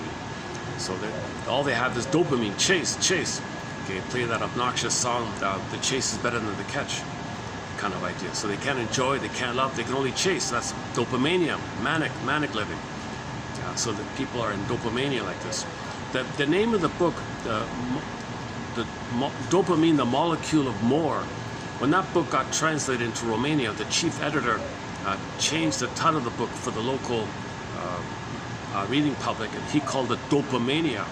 That's a better title, I think, Dopamania. So that means you're manic. Dopamine means chase, hope, anticipation to get something. It's mania because you got to do it, because it's manic, because it's euphoric because you think finally you're going to get the bliss of the mother. The euphoria is because you're triggering when you did have euphoria with the mother, even if it was just in the uterus. Babies feel euphoria in the beginning, the blissful oceanic feeling, oceanic oneness, kings and gods. Okay, this unio mystica, participation mystique, this hargar eden, shabala shangri-la. So you're triggering that up. So the chase for things triggers the past and you feel good. And the chase for things, plus the realistic element. Like for example with food, the concentrated sugar is like a concentrated food, so the brain thinks, oh, lots of food, safe. Food means safe, so you might feel serotonin for the safety of the food. That's just a chemistry kind of thing, to blip up or send your brain serotonin by the tricking thing. So you want material and money and food, and so you're greedy for things to keep coercing your brain to trick you to send that stuff. And if it can't, then things get worse. Then people might become addicted to things. They run to the drugstore to push it or stimulate it. I don't know how that works. I don't know about that chemistry like that. Janov talks a little bit about it. So you're always he calls it the hope of dopamania like this. And so there's the pain relief side. So the cigarette's pretty good. The cigarette numbs you. It's a tranquilizer. But the cigarette can symbolize the nipple, maybe. Or symbolize the past with the pacifier, the rubber nipple bottle. And the mother didn't provide the nursing, so the child might have used the thumb. And so in some cases, the cigarette reminds the thumb and all that. It doesn't have to be like that, but anyways, there's some kind of symbolic area. Because someone said, Fairbairn says, if the baby's loved, he can already sense some sense that there's a full woman as his mother. But when he's under stress, he hyper-focuses on his survival, so that's just the breast. But if the baby's more traumatized, he's just focused more on the nipple. So the first, in that case, if the baby's very traumatized at birth, the first mother's like the nipple kind of thing. Then later on, the breast, the full breast. And then, ideally, the mother is a full person. I mean, emotionally speaking. So if there's trauma in that earlier kind of, there's your oral fixations. So cigarettes and smoking, addiction to smoking, addiction to gambling, addiction to drinking, all these kind of oral fixations, that's trauma during this early time. It's also reflected in your attitudes of jungleism, survival attitudes, either or attitudes, my greed, your greed, any kind of jungle mentality, dark humor, jungle mentality, my greed, your greed, life owes me living, any of these kind of attitudes, that's a reflection of trauma very, very early on, where the baby didn't get his oneness needs met with the breast. And for the baby, the breast is the world for him. It is everything for him. So check out the past few videos on the topic of limerence and spellbound and falling in love and love at first sight, just one look. This whole topic of that's a sort of, yeah. So we just covered that topic. We did 2 videos from a book called Unrequited by a journalist, not a shrink, a journalist. I love it when journalists write self-help books because they're excellent writers and they do therapy themselves, then they report on it. So that's what this book was a bit about, Unrequited by Miss Lisa Phillips. So there's a little, maybe 80% of it's just anecdotal and storytelling and all that. A lot of it's filler, but parts of it are okay. Those parts I plucked out and presented. And plus, of course, Dorothy Tenoff's book, Love and Limerence, a classic book. And another guy wrote a book called Smitten. What's his name? Bellamy something. Is it Tom Bellamy? Something Bellamy or something. So I posted quotes mainly from those 3 books on the topic of limerence. So that's all just been recently explained. If you backtrack for the past couple of videos, you'll find those videos, that topic on limerence in terms of my discussion. The actual quotes of it, they're sort of in the TQ 31, they're in the 3190s, somewhere in there. 3197, 654, 32, something like that. All right. And then before that, we discussed other topics as well.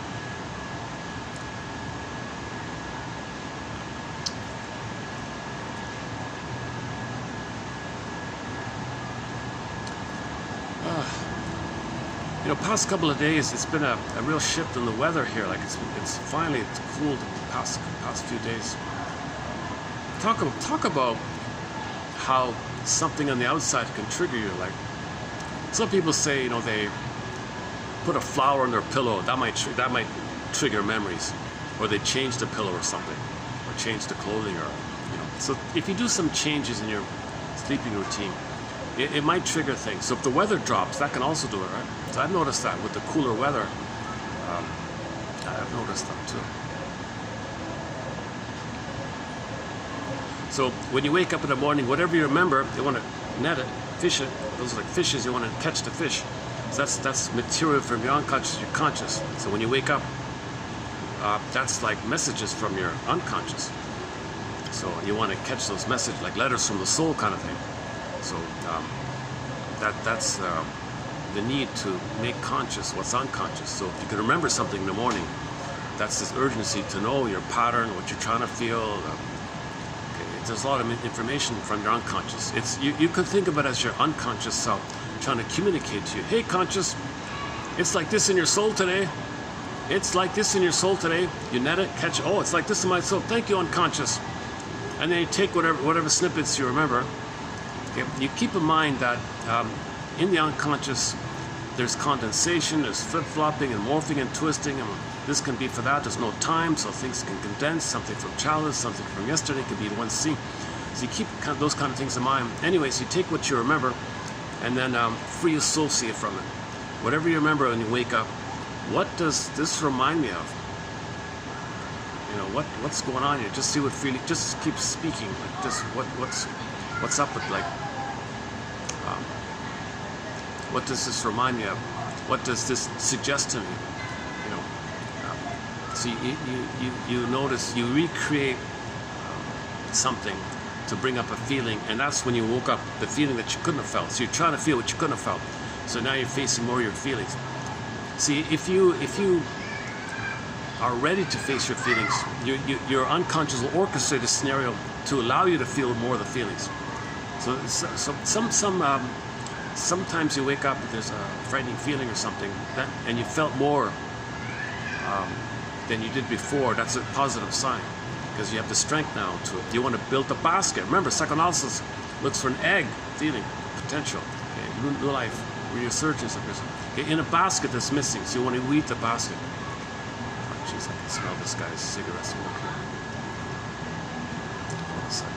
I gotta move again here. Somebody's just. There's a lot of smokers around. Oh goodness. A second. Maybe I can go back to my spot.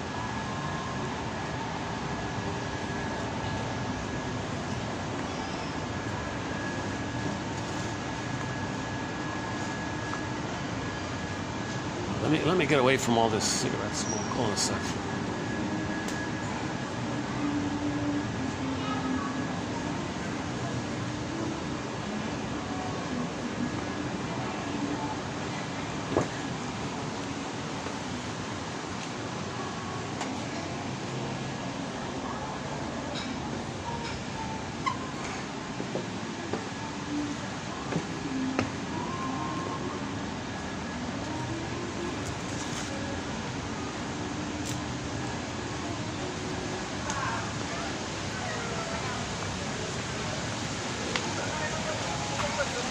Still busy here.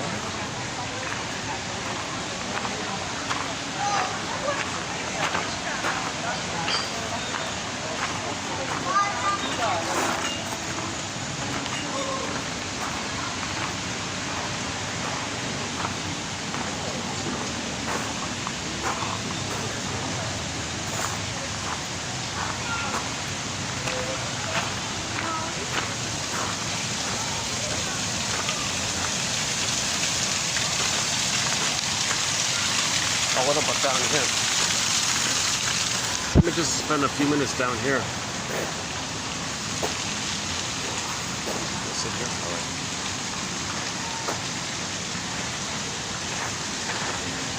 Just want to wait. Okay, well, let's continue here.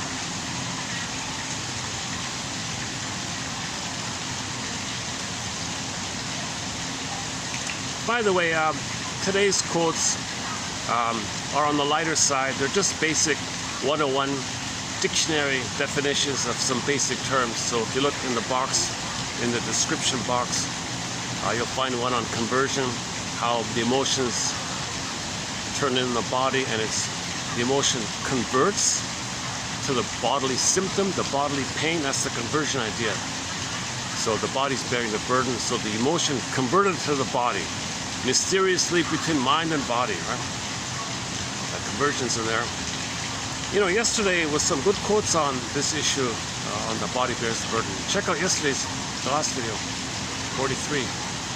Another one on displacement, projection, of course, projection, displacement, conversion, and there's one or two other ones. So maybe I can go back now. Okay.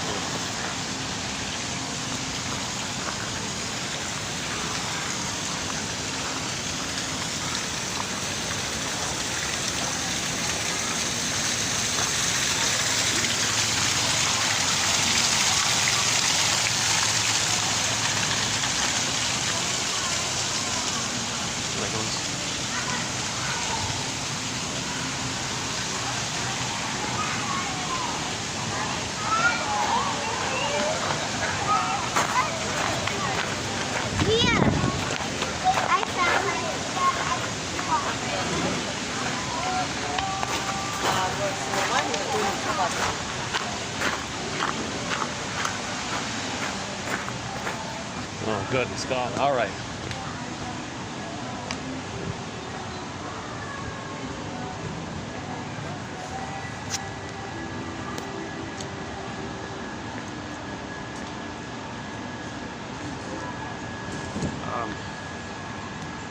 Oh, let's get the flowers in.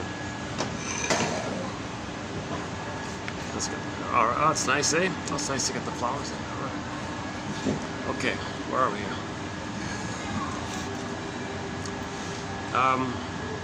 Are we finished with the opening premise? I kind of lingered a fair bit with the opening premise here.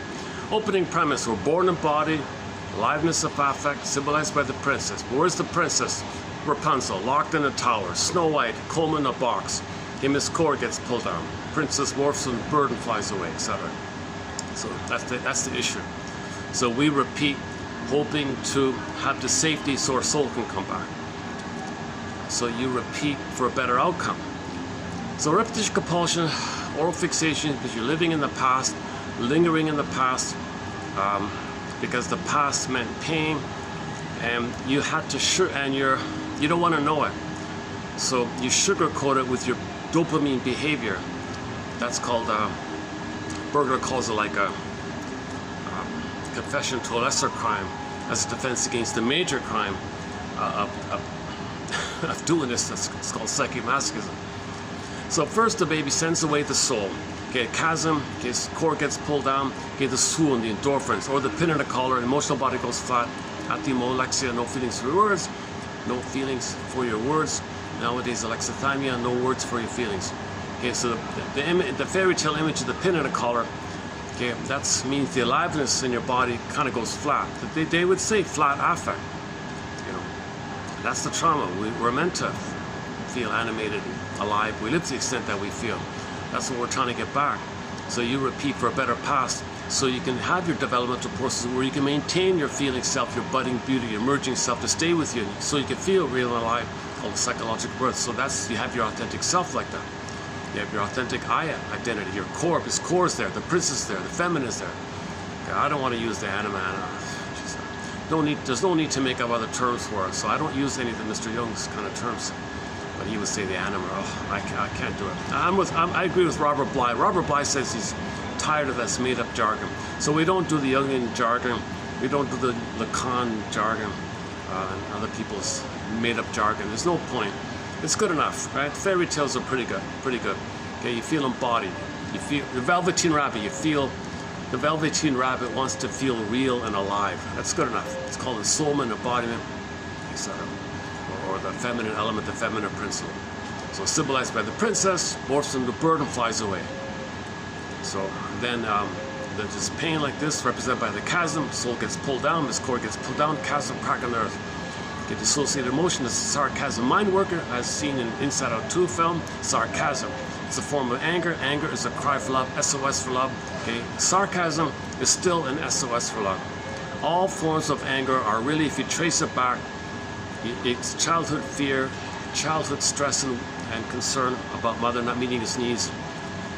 But when fear builds up, and shame and fear and stress and tension and worry build up, then the final pathway is anger. So anger or prejudice in the present, you loop it back to childhood fear. So anger in the form of sarcasm, it's still a cry for love. All sarcasm is still a cry for love. It's an oral fixation as well. Cynicism gratifies, sarcasm gratifies. This Schadenfreude status where you're superior, infantile megalomania, and your soul others onto others, and they're no good. You're a little god, and you're no good human you.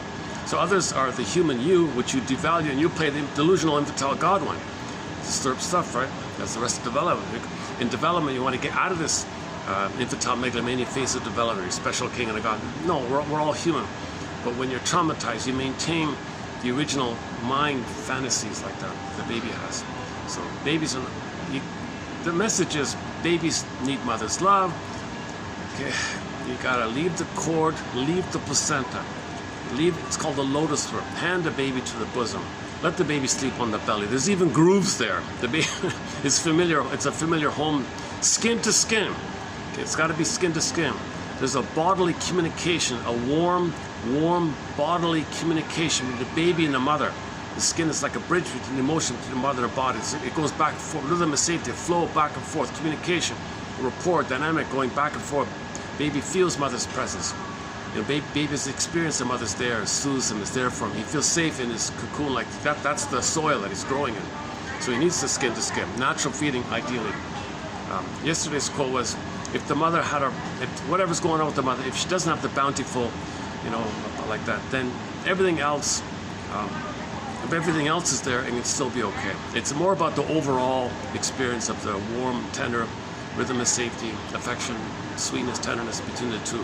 So baby feels very sweet and safe like that. So he can develop. He's still growing, right? It's a blissful kind of place, and it goes on for the first 4 to 5 minutes. It's called a stage of merging, fusion, symbiosis, mother-infant dual unity. If that's crashed, okay, then you get the limerence, okay, bully pattern, the passive-aggressive bully pattern, the Iago pattern, okay, demanding and criminalic kind of areas in there, these kind of grand all-or-nothing attitudes. One woman said, if the man I'm dating doesn't give me everything, click, he gives me nothing, because the woman still wants the full mother. Now, when mother crushes the baby's anger, you can't show anger, then he becomes passive-aggressive. So he'll coax others to be angry and the way to do it is to not cooperate, frustrate, delay, dawdle. Others get angry by this because you can't do it directly. Mother said you can't show anger. So in passive aggressiveness, the child tries to show his anger. Mother said you can't show anger. Goes in, he gets a little sick like this. So the lesson is there. The conditioning is there. So the world is mother. So later it grows up, the world is mother. Anybody wants something, anybody needs something, okay, he won't cooperate. He's been conditioned to comply. Yes, mother. Yes, whatever you want, but covertly, no. Covertly, he's rebelling. You're the mother, I'm going to fight back with you. So you got to do covertly by making others sick. And others get sick if you make them angry. How do you make people angry? Well, covertly. Drip by drip. You figure out little ways, figure out little things to make others angry. So that's called passive aggressiveness. So lateness, dawdling, inefficiency, sin of omission, misleading, not clear, making people wait. You know, those kind of little things. And these things have the effect and making other people angry. Now, people love the power of doing this because they're rebelling against the mother. The world's the mother, fighting with the mother. You want something, your mother? No, I don't want.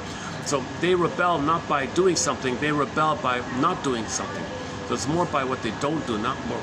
So they can't be overly aggressive. They're passive aggressive, quiet aggression, hidden anger, covert anger. Okay, enter the book by the Longs called Angry Smile about this. So we covered passive aggressiveness. That's one of our threads here. Very good book, by the way, The Angry Smile by the Longs. There's a couple there and a third person, 3 authors in that one. And Wetzler's book is okay, Scott Wetzler, guy named, he's on YouTube as well. 2020 interviewed him for his book about that one. The news program 2020 interviewed Wetzler about that book. They did a feature, they did a 15-minute feature, news feature on that book in the interview, and he's interviewed in it as well. It's not a bad little 101 of passive aggressiveness. It's not perfect, but it's okay.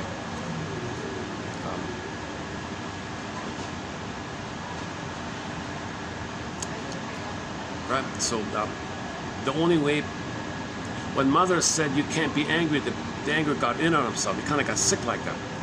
So the mother can't say, "Oh, you're getting sick," to express your anger. I mean, there's a limit to this. So, but he found out we get his anger up by getting sick inwardly. So later on, he wants others to get sick because others will represent them.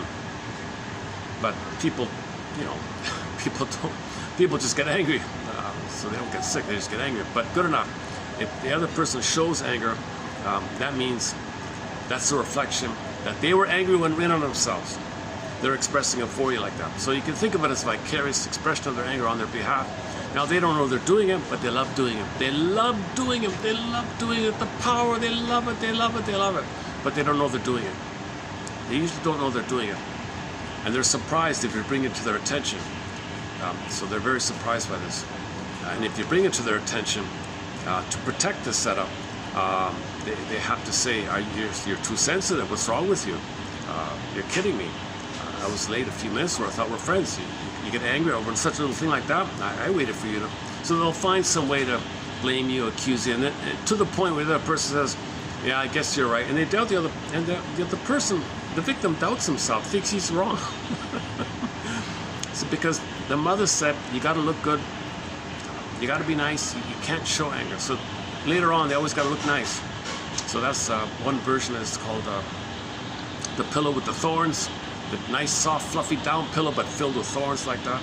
So they look on the surface fluffy, but really there's these little digs like that. So that's the digs are the anger like that.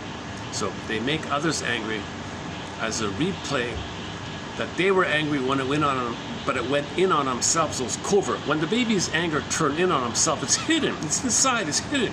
It's hidden. So they want others to be angry. It's all kind of hidden like that, and the victim doesn't know why they're angry.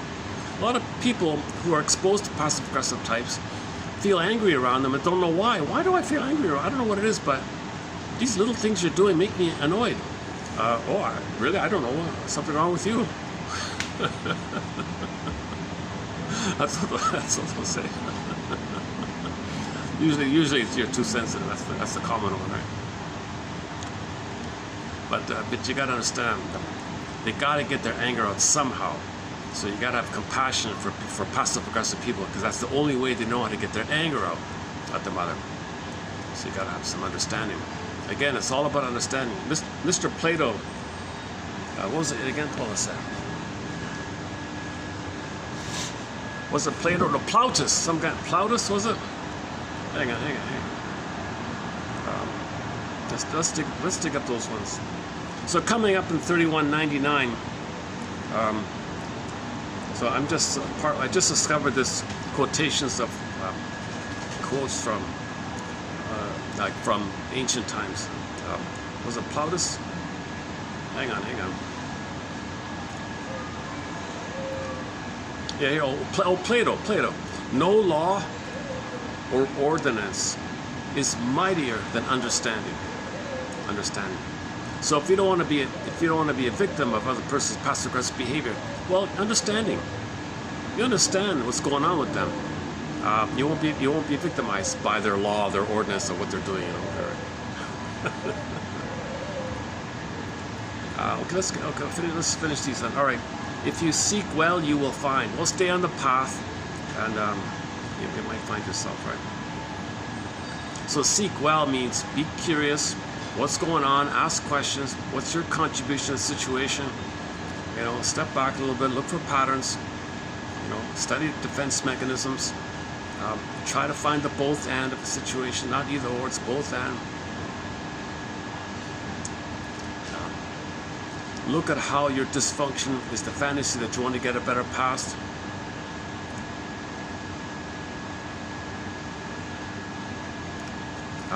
Face this unconscious guilt complex. No, baby's guilty, dead, do, sin, or wrong, bad, nonsense. He develops those beliefs after he's traumatized to organize the pain. He concludes that after he's traumatized. He wasn't born with this.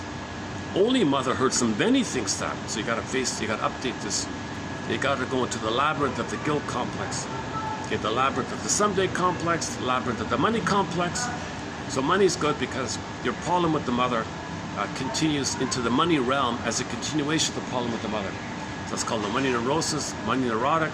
Okay, you got to read. So the source point here is Edmund Berger's excellent book called Money and Emotional Conflicts. Oh, somebody's taking a photo of me here. It's a little awkward. Hold on a second.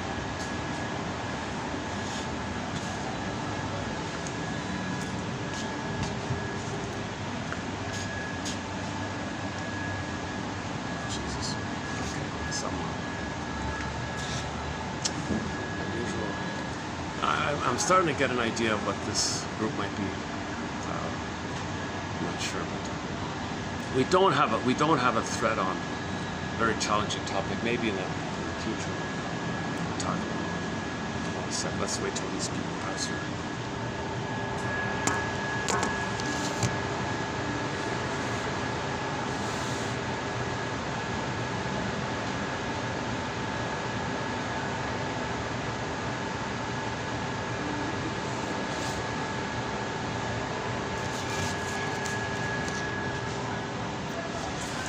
People do think they want to feel important.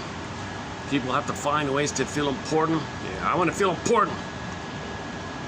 I'll believe what I want to believe, but I gotta feel important. I'll make up something to feel important. So go to the Stony Burke show called the classic TV show called Stony Burke. starring the guy who leads the Hawaii 5-0 team. I forgot his name. That show, the guy who leads that team, in an earlier show, he was the star called Stony Burke, and he helped out this Asperger's kid called Jody, and Jody was being scapegoated and all that. And Jody asked somebody, why are they doing this? Some people have to find ways to make themselves feel important. Narcissism. Okay, they need someone around to devalue, and so they feel better about themselves. If they find someone around them who is damaged or wounded, then they don't have to face it within, because they can identify with the aggressor, and they feel superior being the aggressor, and their wounded soul, others can have it, and then they don't see it's with them.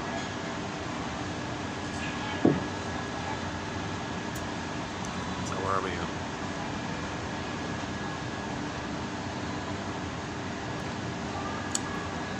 Nice, very excellent. This staff here, they really got a nice team. This staff here.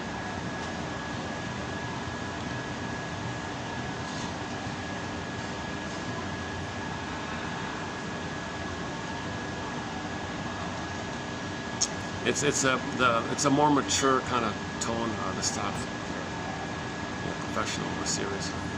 They have a lot of experience in the hospitality. I think these people, this staff here.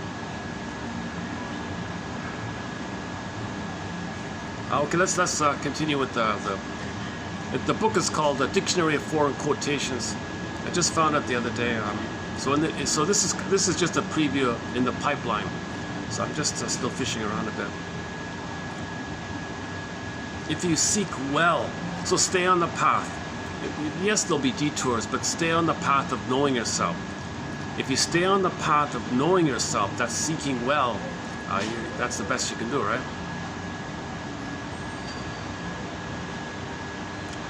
These are 3,000-year-old quotes, by the way. Okay.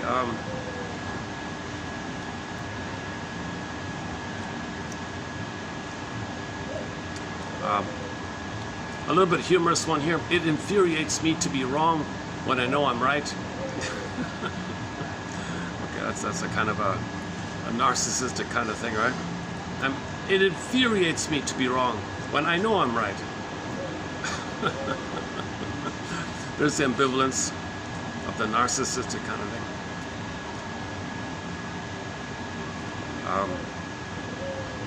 He who is afraid of his own memories is cowardly. Yeah, okay. That's not bad, right? So the courage is facing the truth, to face the greatest hurt of all. Do you have the courage to face the greatest hurt of all? Mother failed me. Do you have the courage to face that? And then to understand why, and have the courage to understand why. So that you're like a truth seeker now. That's called the hero's journey. That's what he means. Melancholy is only a recollection that does not recognize. Yeah. See, if you recognize, you mourn and you're healed. If you don't recognize, you're stuck in pathological nostalgia or melancholy, where you can't mourn. Okay, having a weaker friend will prevent me from looking weak. Okay, look at that. The actual quote is, marrying a stupid woman will prevent me from looking stupid. So there it is. Really? Somebody's gonna marry someone who's I don't know, who has only a primary school education so they can feel better about themselves. Seriously, you're gonna do that? Oh boy. Some people might do that, right? Every chord vibrating with grief. Every chord vibrating with grief, and every note attuned to sadness. Referring to the harp. Oh yeah, we just saw the harp player.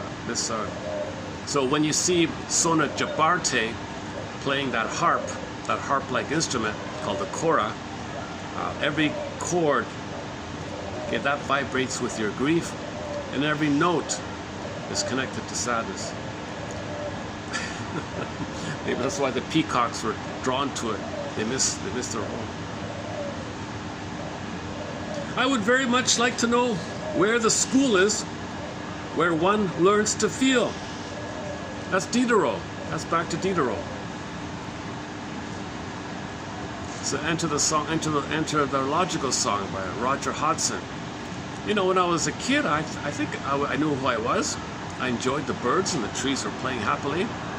And then they sent me away to teach me how to be a respectable, presentable vegetable. I know it sounds absurd, but could please somebody please tell me who I am?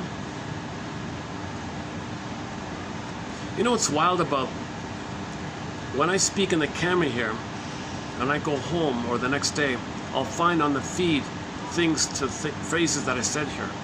Like I talked about money recently, like the psychology of money. And the next, when I got home, it said, oh, here's a cover of Eddie Money's song, Two Tickets to Paradise. So it picks up phrases and keywords, and it'll feed you randomly. A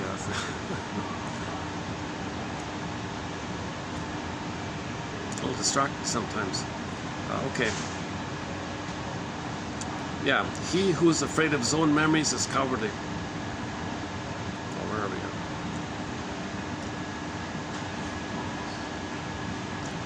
Yeah, similar to the one before. We always have enough strength to endure other people's misfortunes. Yeah. So you feel, that's the shadow for it. You feel better about yourself when you see your unloved self expressed vicariously, externalized, someone else displaying. Miss Woodman said she was in a very wealthy city or something. Like everybody was a millionaire. Like 99.9% of the people were multi-millionaires in this upscale, extremely wealthy, affluent neighborhood, old money and all this. But there was one little section, one little block of buildings or something, or one or two buildings or something, and they were really at the bottom, like at the pits. She said it helped the wealthy feel better about themselves. They wanted to drive by. They didn't want to help them or clean it up or do something for them. You got like 100 people in the pit, a few dozen people in the pits or something, and you had like 500,000 people that are multi-millionaires, and all of them covertly loved it. She said they loved the idea that they're there, they're miserable because they externalize and represented their shame soul, shame self. They feel better about themselves. They don't have to face it with it. If they see and know that there's a very impoverished little part of town like that, it's in the corner, but they know it's there. If they want to feel better, they just hear a news item about it, or maybe drive around it a bit. They like knowing that it's there. They don't have to face it within. As above, so below. They don't want to face the shame with them, so they want to see people in a shame, living, homeless, powerless, outwardly like that. And they enjoyed it, and there were always news items about this handful of people, and then 500,000 people would eagerly read, oh, what's the latest drama with those dozen people? Oh, he did this, and they loved it, because they feel better about themselves.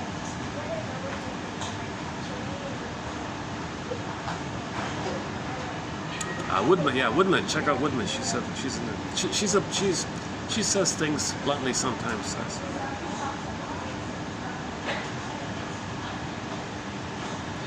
Where are we here? Oh boy, lost my place here. Diderot, Diderot.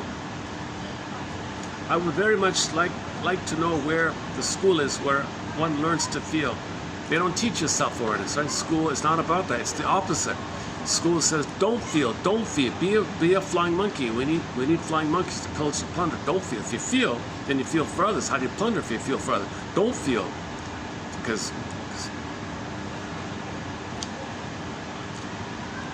you know, to my surprise, this couple that compiled this, they included a lot of very shockingly, to my surprise, comments about women.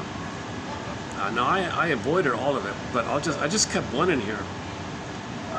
This one here. It said, where is it? Woman is the wrath of Zeus. There it is.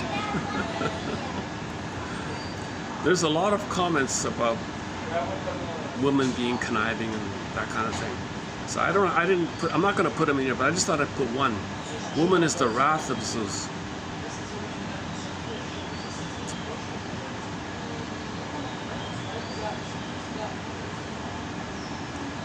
Yeah, I want to do some research about that. Okay, virtue is not a thing that can be taught. Yeah, you can't teach somebody to have virtue. Virtue comes from your identity, your beingness. your soul, your embodiment, then there's naturally there'll be virtue.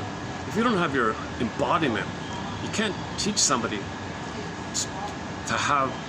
to be virtuous if they don't have the underpinning for it. The underpinning of virtue is an identity, like your embodied real self, feeling self, identity. But they went to school and they told them you can't feel. Then these people, well, could you be virtuous? They don't know how to do it. They shrug their shoulders. It's a stressful experience because they don't know how to do it. Kind of thing. So if you get back, so that's one of the qualities of having your resolving either or thinking and finding both and thinking, going on to second journey, hero's journey, second game, guilt, labyrinth of the guilt complex, labyrinth of the someday complex, labyrinth of the money complex. Got to face either or. Need a thread, need a lantern. Okay, before you face the Medusa. Okay, before you face the other complex. Okay, before all that.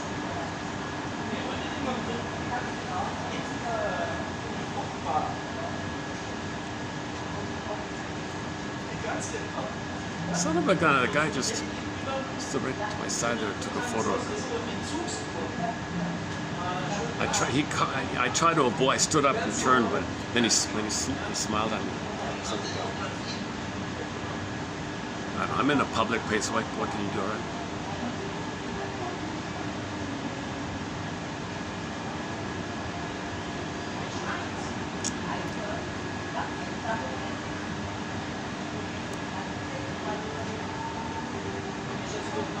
This is a I'm not gonna ask. I don't want to know what my own business. Or maybe thinks I'm watching them or something. I had no idea. Oh boy.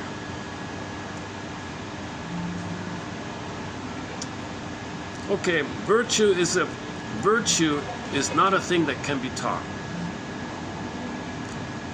That's a Greek proverb.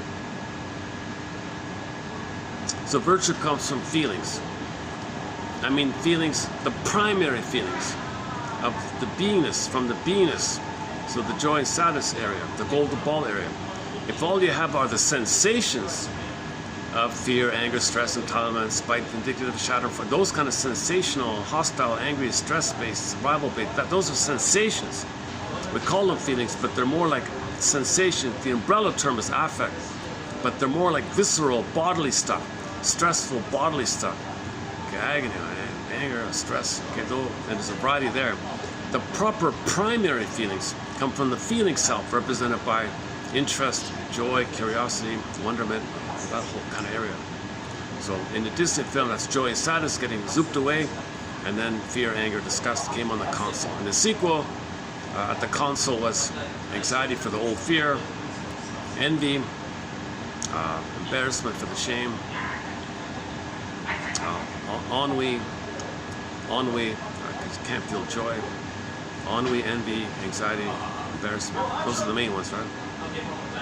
And a cameo appearance by pathological nostalgia. Meanwhile, the gang's unconscious, mainly joy and sadness. They came back. So you want to get joy and sadness back. You want the bird to fly back, morph back to the princess, enter back to the castle, you're embodied. So that means that moment when you can click.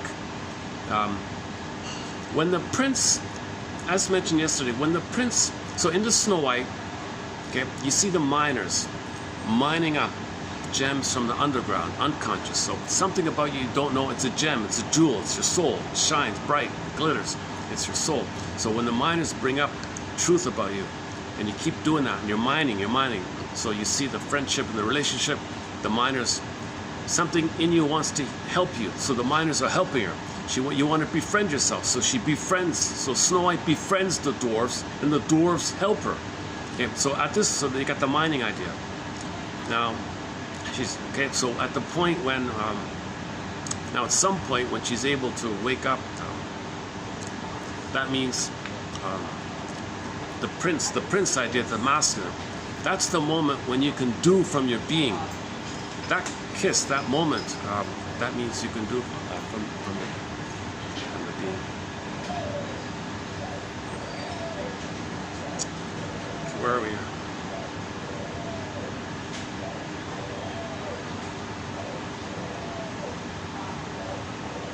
I maintain that it is impossible to understand the parts without understanding the whole. Pascal. To speak without thinking is to shoot without first taking aim. Yeah, I gotta learn this for myself. So in sports, okay, so the basketball player, you know, looks at the hoop first before he throws the ball. What about speaking? You know?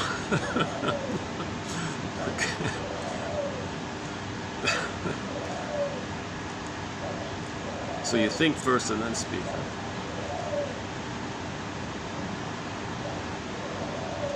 All fashionable vices pass for virtues. Okay. So when people want to present their vice, they want to sell it as a virtue, as a defense to protect the vice. That means you're protecting the hope that you'll get a better childhood past, because the vice, okay, is all the bitter and greed and envy, and okay, that's the vice. Vice means you hope for a better childhood past. So anybody who's in vice mode, okay, whatever it is, you have to hope for a better childhood past. Vice and dysfunctional means you have to hope for a better childhood past. When you're in vice mode, you stay there, waiting and waiting and waiting to receive mother's love in the past, to receive the experience that mother loved you in the past. Doesn't make sense. Mother hurt you, it happened, the wiring is there, it's laid in, jinx, curse, fate, destiny, scripted, the cards you're dealt, set, wired, circuit. So it's there. Okay, Emily Dickinson, I have a lantern looking for the circuit. You need the lantern, a lantern. Emily Dickinson, I have a lantern. Night vision. These quotes give you a vision like that. So Twilight Zone is a very good one. Very good show for this area. Is that it? The art is to find common circumstances. The art is to find common circumstances in the most wonderful things, and wonderful circumstances in the most common subjects. Okay. Is that it?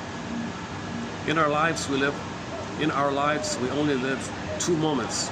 Let one be for wisdom. Okay, learning. So in every moment. So in your life, you want to get the lesson. Okay, wisdom. You want the lesson. What's the lesson? What's the lesson? What am I trying to learn here? Okay, that's it.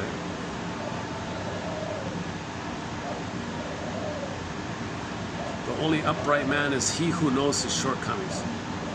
Plautus.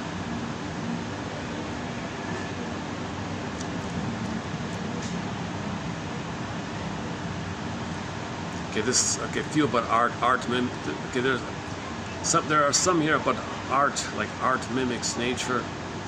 Art is the child of nature, for art did not invent nature. Okay, let's do the art one another time here. Oh, good memories are like lost jewels. Good memories are like lost jewels. Okay, let's leave it there. Okay, so go to 31.99 for more. Okay, 31.44. Okay, let's do today's quotes here. So let's do. Maybe let me be a little lazy.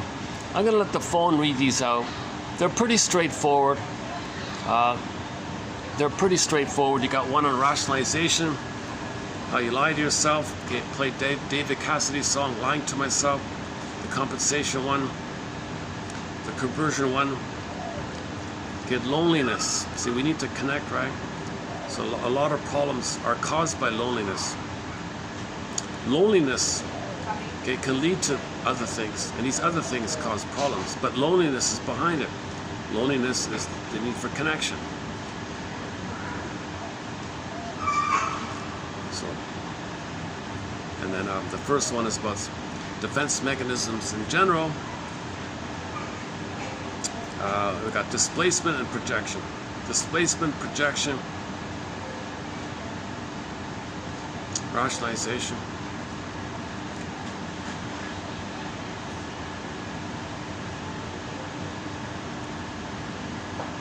And one on repetition as well. All right, that's it. Okay, compensation. Okay, 31, 31, 44 by Miss Freeman. She's a journalist as well, yeah. Let's see if this will work here.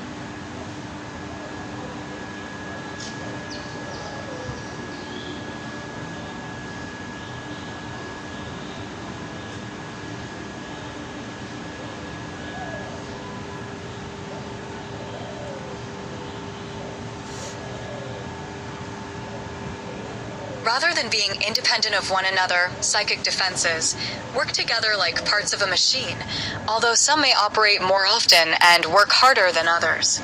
These psychic processes form what is known as our psychological defenses.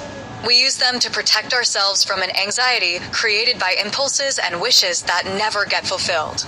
We need our defenses to protect ourselves against attention that might otherwise overwhelm us. One of these unconscious mental processes is called displacement. It enables us to transfer an emotion that we feel is dangerous when it is directed towards someone on whom we depend, or whom we fear, onto someone not quite so threatening. If a man hates his employer, for instance, although the employer has done nothing to hurt him, it is likely that in his unconscious the employer represents the man's father. When we hate a stranger, someone who could not possibly be important enough in our lives to evoke such a strong emotion, we are displacing a childhood hatred, which we dared not express, onto the innocent person of the stranger. Projection serves to lessen our internal hostility.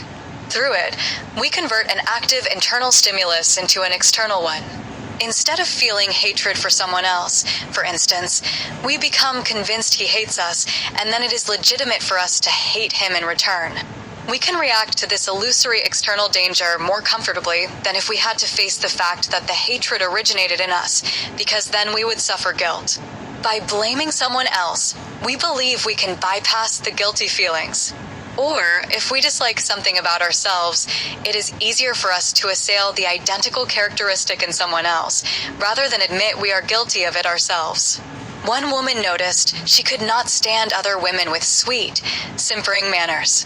Those innocent, wide-eyed dumbbells drive me crazy, she told a friend. The friend looked at her sympathetically, and all at once the woman understood. Her own defense against the world was to be innocent and wide-eyed. What she was condemning in others was characteristic of herself.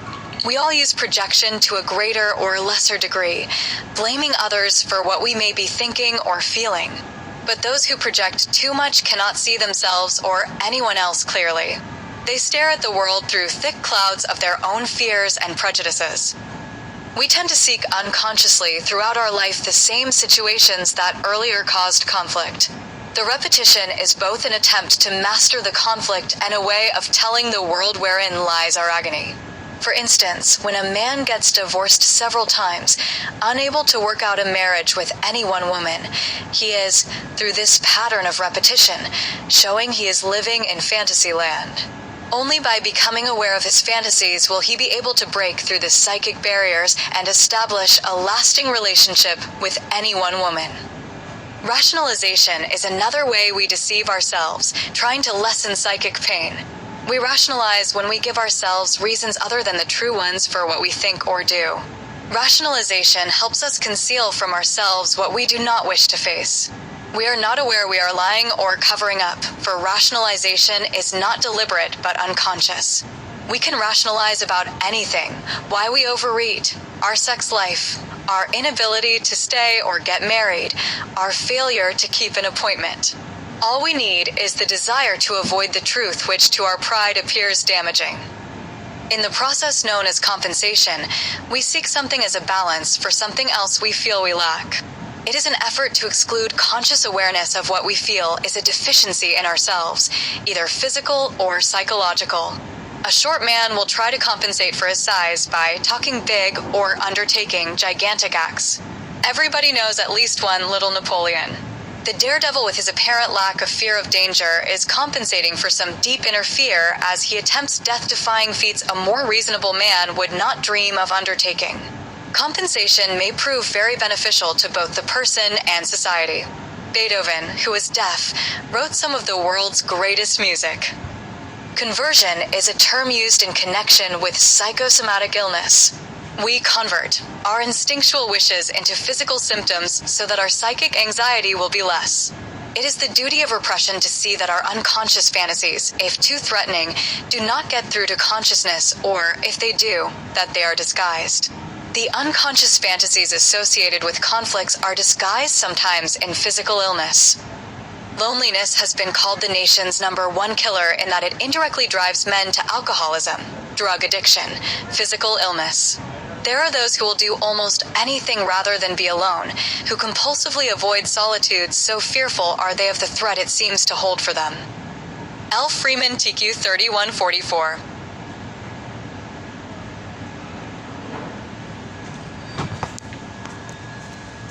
Okay, so your mission, submit it for your approval and consideration, is check these ones out.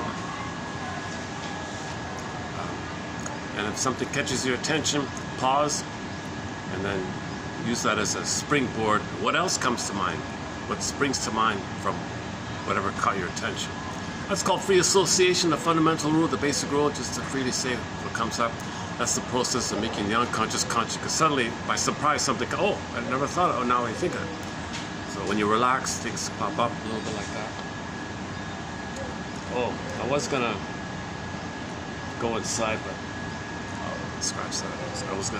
I was planning to replay the song Gambia and get a better glimpse of the peacocks, but the inside just filled up. Oh, okay.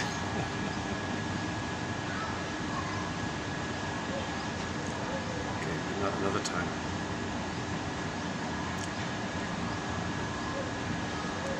So rationalization means you want to give the appearance of being reasonable, to protect how you're not being reasonable.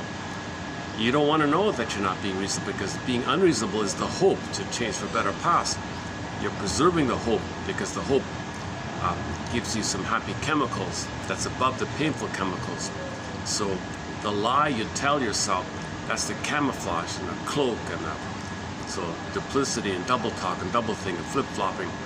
You can't know the truth, right? You can't handle the truth because you got to protect the lie, to protect the unreasonable thing you're doing, hoping for a better past, at least to get happy chemicals to get away from the pain. So we lie to feel better, ultimately.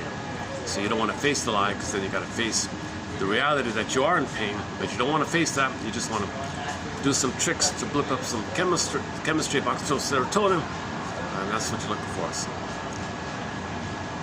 I don't go for Miss Lemke's teeter-totter metaphor. It doesn't work for me. I just prefer Janoff's idea with the set points, and then and then Ullman and Paul's excellent book called Narcissus Wonderland, about how oral fixations function as ersatz self-objects and addictive trigger mechanisms to trigger the past fantasies, which blip up the good chemistry above the pain that you're feeling. But it's a blipping up thing, so you want to do it again to blip it up, blip it up, blip it up. But you get older, the pain increases, you got to blip up more.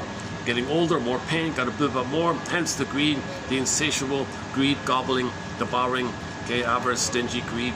Now you're in the greed mode. So that's why we're mania, manic, greed, more. We're always in the more like that. Molecule of more. So that's the dopamine idea. So we're constantly in more mode, not enjoying, not loving, because we just want more to get away from the pain. So that's our dysfunction. That's our curse. I think. Not curse. That's our self-awareness and knowledge that we're traumatized.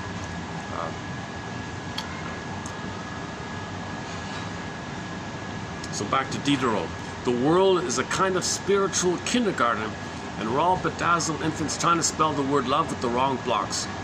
So hoping that some cigarette is going to give you mother's love in the past, that's the wrong block. Okay? Oral fixations or addictiveness and OCDism and limerence and these kind of things, those are the wrong blocks. You're not going to get love, mother's love in the past, by chasing symbols of mother in the past. being a love refugee from the love that you seek is not the right block of love. Like, you're not going to get love this way.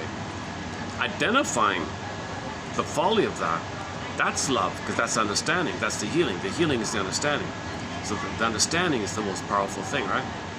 Well, that's what Plato said. Understanding is greater than your script. Understanding is more powerful than your script. So when he says laws and ordinance, we can bore that. Understanding is the healer. Back to the alternative track idea.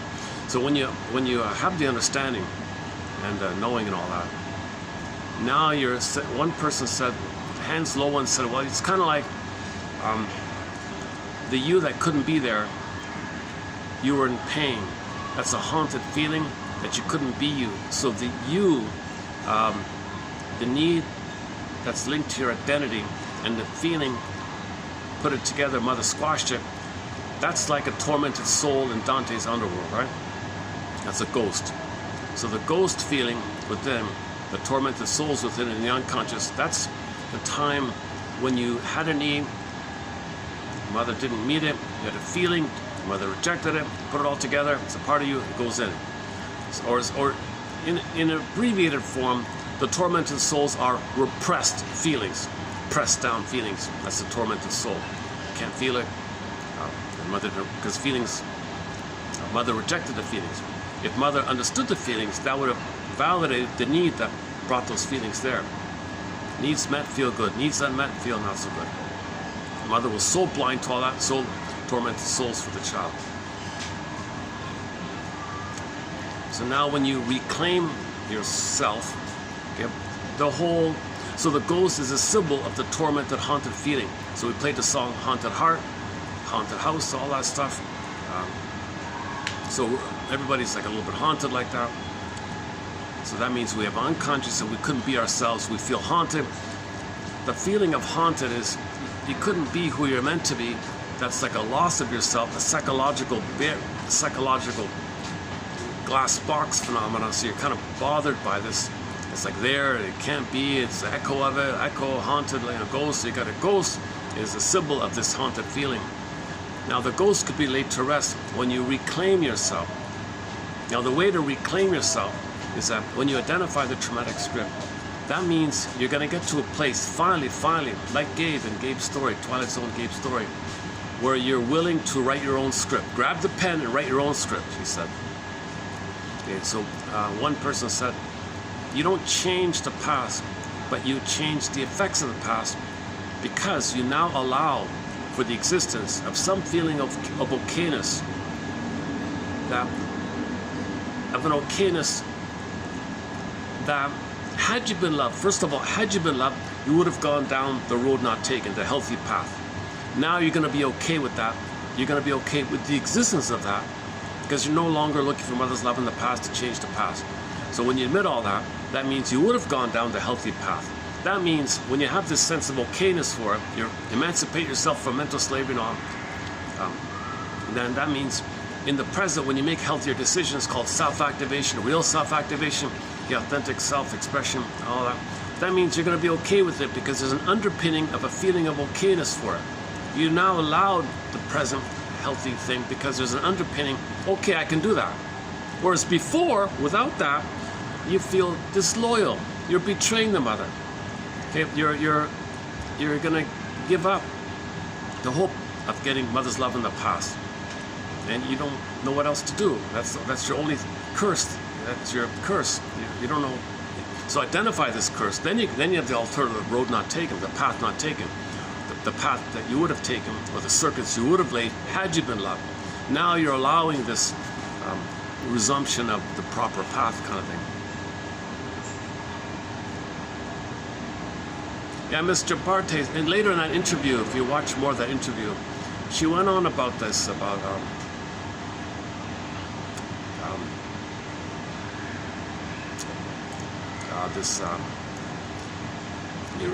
listen to her, yeah, watch the rest of that. And she also, the audio's not clear, but she spoke to the audience recently. Let's see if I can dig it up. She spoke to the audience a lot of, mostly about her school, and She wants it to be a model. So she created a holistic school. Everybody learns the basics, but you learn things in a way that validates your beingness, and there's no colonial brainwashing that you're defective, no good, shame, and you could be who you are like that. And she's trying to be an example for herself. So she said she created a model-like school of a decolonized mentality school or something for herself, and that's all she wants to do. She spends most of her time with that, and then that's the local, and then she hopes it can be replicated throughout.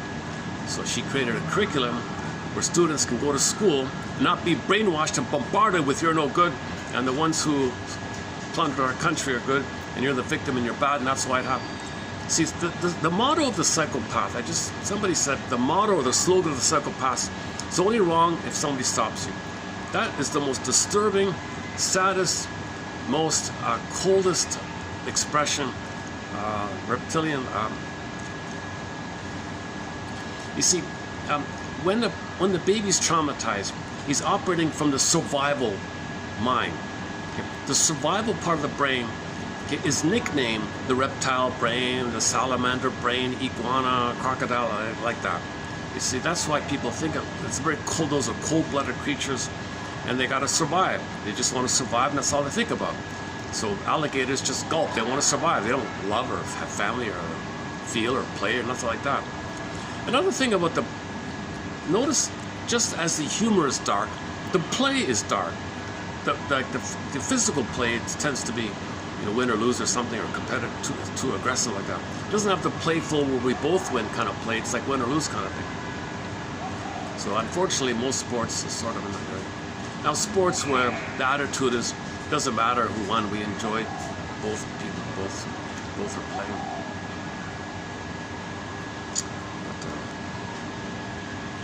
Oh, what's this? Oh, heaven isn't. Oh, I've never heard this one before. Here's a song that just popped up on the feed. Heaven is in your mind. Oh, heaven is in your mind. Hang on a second. I've never heard this one. Let's check it out.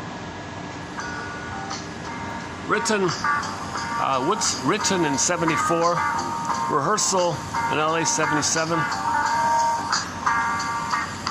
Brothers and sisters, you be united. Will you follow the signs and an open heart?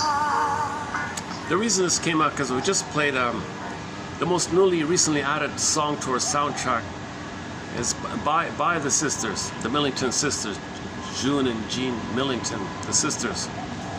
So they had a band called Fanny in the early '70s, and they rebooted the band a couple of years ago called Fanny Walk the Earth. It's basically Fanny 2.0, and we played the song called Allured Again. So I'm getting, the feed is showing it on YouTube here.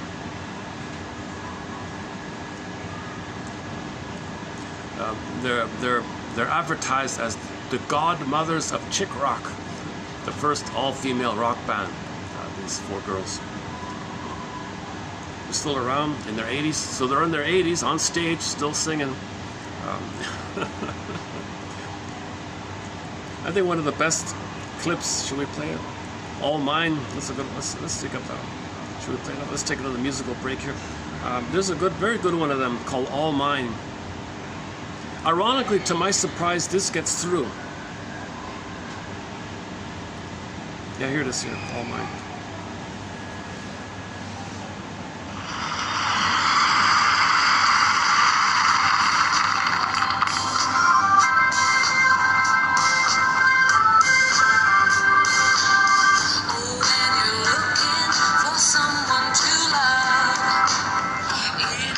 Yeah, let's try it again. Hold on. Okay.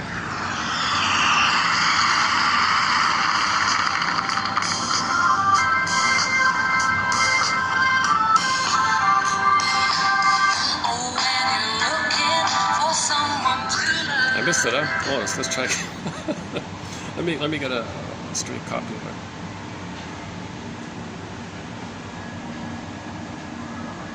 Okay, here we go.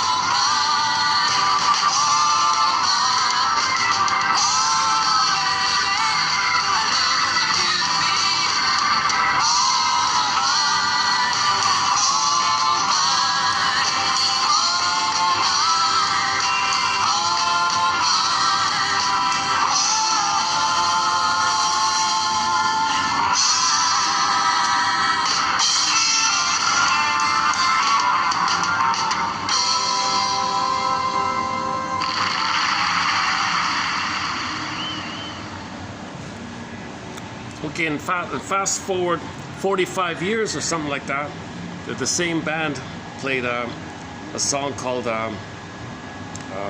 Lured Away. So should we play that? Lured Away.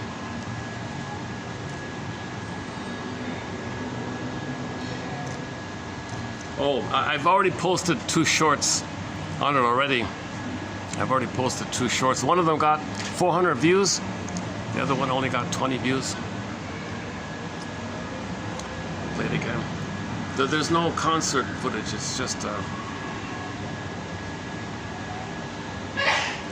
lyrics. Oh, here's the lyric. Official lyric video. Just play this one. Music video. Okay, this is just audio. So this is the same band, the same group, 45 years after that. Lured Away.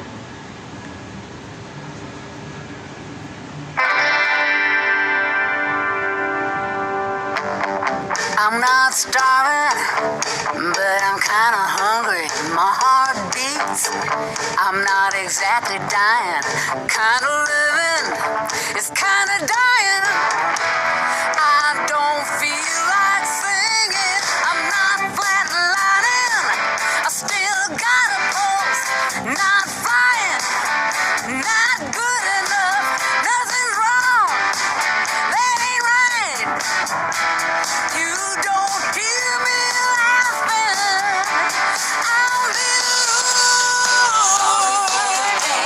my change is gonna put you lured away.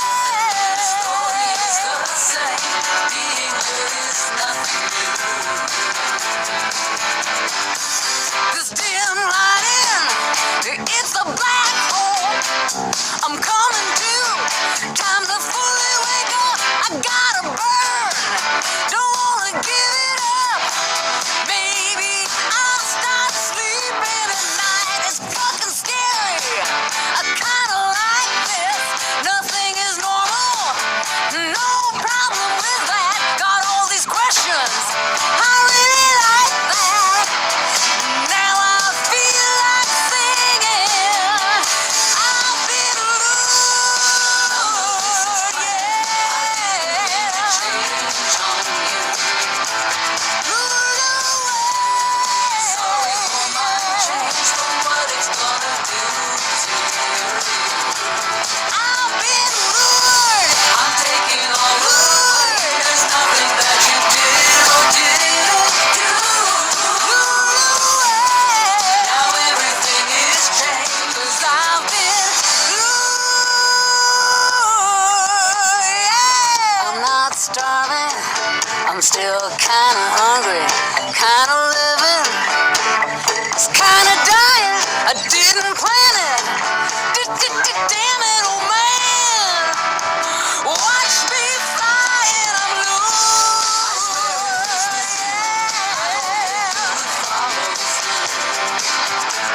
lured away. If I were a better man, would I be lured like this? To begin with, lured is bigger than I am. There isn't anything that I can do. Lured away. If things remain the same, I'd be hating who I turned into. I've been lured.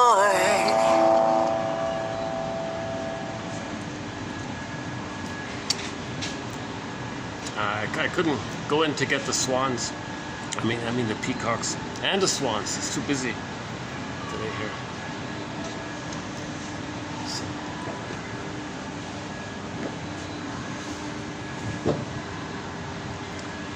So, oh, and Shell. Oh, you're on the feed here. Should we play and Shell? You are the light. Star. Oh, Nat the Star. Dan McCafferty. Ain't Life a Brook. Farron. Another Fanny one. April Wine. Till Tuesday. Oh, Till Tuesday. Another end shell one. Constant Tourist by Lunik. Yeah, Constant Tourist. I haven't played that in a long time. Here's a very good cover of Triumph's Lay It on the Line by a cover singer named Alyona Yaroshina. There's a very good, that's a very good cover. That's the best cover of Triumph's Lay It on the Line, that one there. Buffy St. Oh, a very good one, Buffy St. Marie. Oh, this is a very good one, the Glee, the Rumor Has It, and Someone Like You, that's a good one. The Glee one is also, oh, Elton Gun, Rakia. Oh, there's a fun one. Rakia Su Kataman from Turkey. Should we play that one?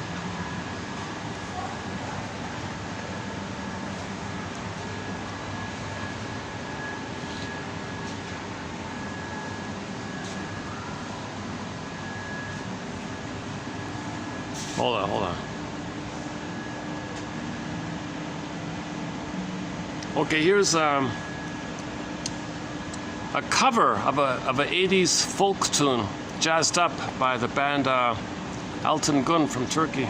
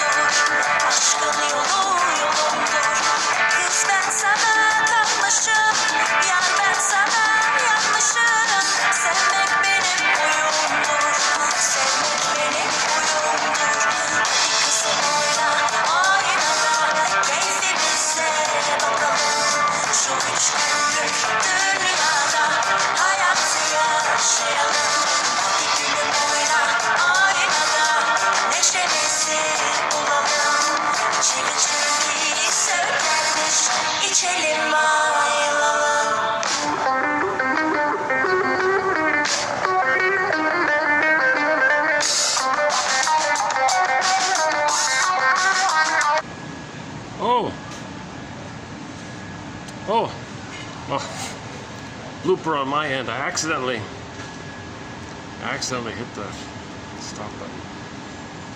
What is it? 5:49 here. Yeah, okay, it's getting dark here. Let's wrap it up here. Okay, let's just finish for today here. So today was a lighter load. Yeah, just the definitions by Miss Freeman there. And I don't know, one of the most memorable quotes from our collection from the past week was this whole idea that dysfunction means you're hoping to receive a better childhood past by being dysfunctional in the present. Oh my God. Okay, that's the same idea of playing the record over and over again. So identify it, okay, and then you lay the ghost to rest. Then you free up the alternative path. Now you're okay with self-activating because you feel okay to reclaim yourself And that's Gabe's stories, the message of Gabe's story.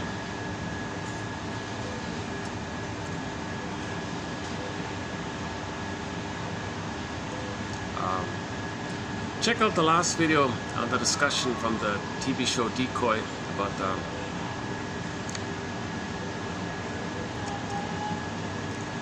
about the sibling rivalry, like this topic about if the mother has a kind of either-or mind in her, then she might do that on the kids. One kid's good, one kid's bad. Because in her mind, she felt special, but when she was hurt, she felt devalued. So she may see the kids through that lens, refracted through the lens, everything is seen through that lens. So she ends up seeing one kid is special good and one kid is her unloved self no good. And then, so she creates to know the inner. So, if in the outer life somebody has jungle slogan mentality, either or thinking, my greed or your greed kind of thinking, war owes me living kind of thing, any kind of jungle mentality of indifference, schadenfreude, dark humor, that's all code for this trauma at the earlier time. When you're angry,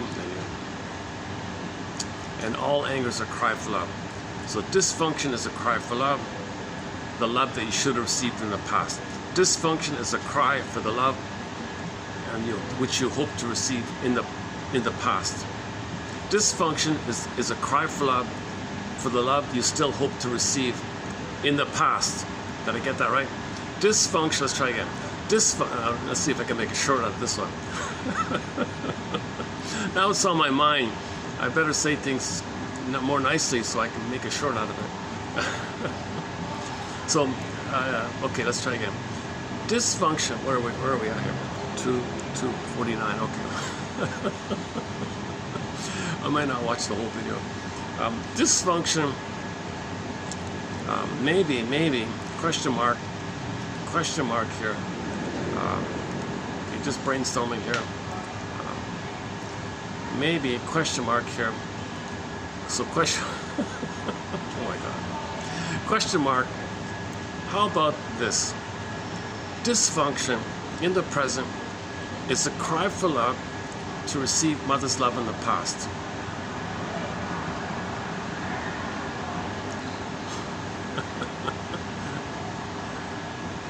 Okay, on that note, let's wrap it up here. So I'll see you in, today was 21:44, right? So 31:44. So I'll see you in 31:45. 31:45. I think there's some more quotes from the excellent author Lucy Freeman. She's got a great book called Fight Against Fears. It's an older book, 1951 book. It's her first book. It's her best book, I think, for her debut, called Fight Against Fears.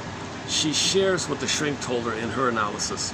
So she's helpful like that. And that shrink, her shrink wrote no books, no articles. We only know of that shrink by what she reported. So that's a great little book called Fight Against Fears. She's got a few follow-up books, and there parts of it are okay, a lot of it filler, but that first book is an excellent book called Fight Against Fears. It made her famous overnight. She became very famous overnight with that book, Fight Against Fears, 1951 book. And we posted four videos, mainly from that book, about half a year ago, almost maybe somewhere between 6 and 12 months ago, like that.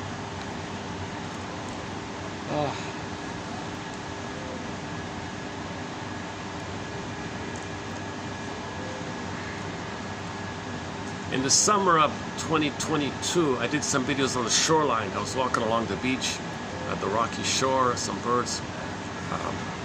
I did 17 videos in the summer of 2022 on the shoreline. Unfortunately, I don't know what happened. Maybe it was a mistake on my end or a tech issue. I don't know what happened, but they're not on the channel for some reason. But it was fun. The blue heron was there, and some loons, and there was a seal. Once there was a seal in the water. A lot of flowers, some seaweed for sure on the water. But I remember how nice it was to walk along I wonder if I'll have that opportunity again to walk through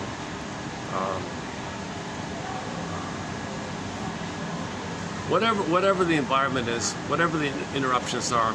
I want to get the quotes out. Some of these quotes you won't find anywhere else. Some of these quotes I saved from printed books which have never been digitized, or they've been digitized but have since been removed, and they're very hard to find like that. So a lot of these quotes are hard to find, you know.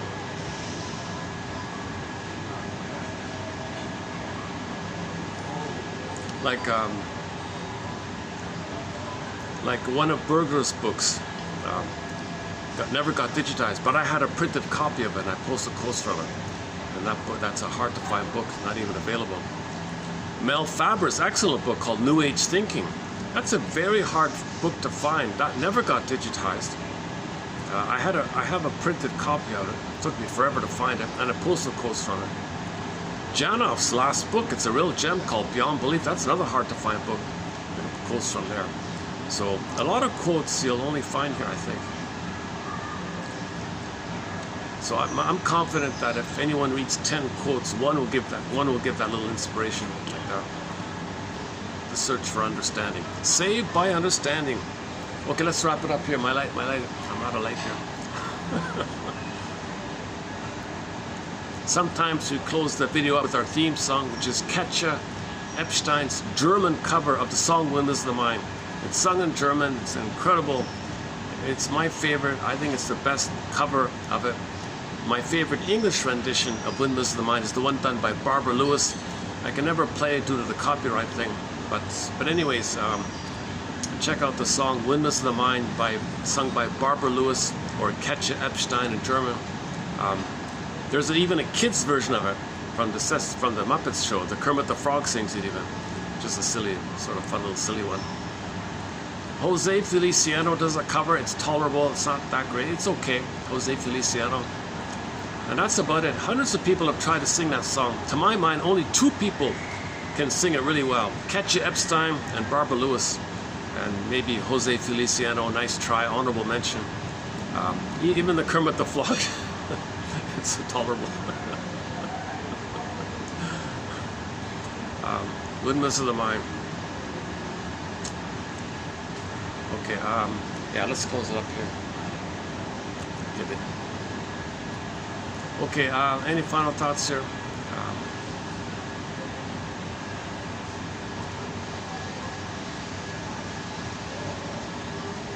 So remember that the injunction, you know, to know thyself, okay, most of us is unknown to us. So know your unconscious self, your shadow self, your secret self, the one who walks with you self. The one who walks with you, who's not like you, who is you self. Someone's living your life and you know nothing about himself. Okay, this is called the double self or the hidden self. Man, oh man, your gold is in there. Okay. The mechanisms, your wiring around the traumas in there. It functions in effect like a metaphorical puppet master or an organ grinder kind of thing. You know.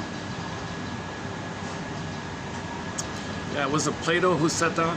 You can't teach virtue, so that's why it's sometimes you try, you know, but people get upset because virtue is the capacity for virtue is an animation from the beingness and the embodiment, but you only get that back when you do some kind of self-reflection. Man in the mirror, look at some self-reflection. Michael Jackson's song, Man in the Mirror. So it's called adult development. We're at midlife. Okay, you do some kind of midlife scrutiny, midlife audit, midlife examination period, called the hero's journey or the second journey, and that's that. Then you're on track. And as long as you're on that kind of track, there'll be detours, I guess, but just stay on the track. I like that quote said, good things will come to you if you stay on that kind of track.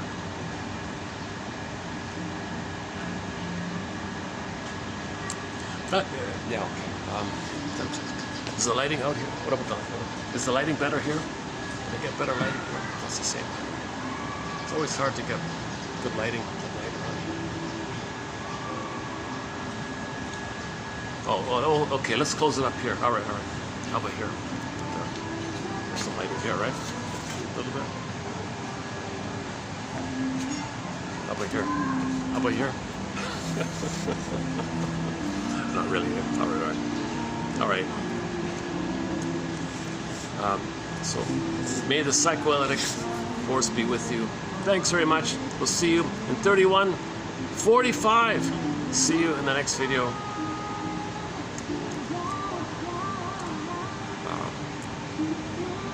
I'm hoping for some fun little ending here, but I got a feeling I'm dried out for today. Okay, we'll see you in the next video, and we'll continue to add interesting quotes for the love, narrative medicine. May the psychoanalytic force be with you.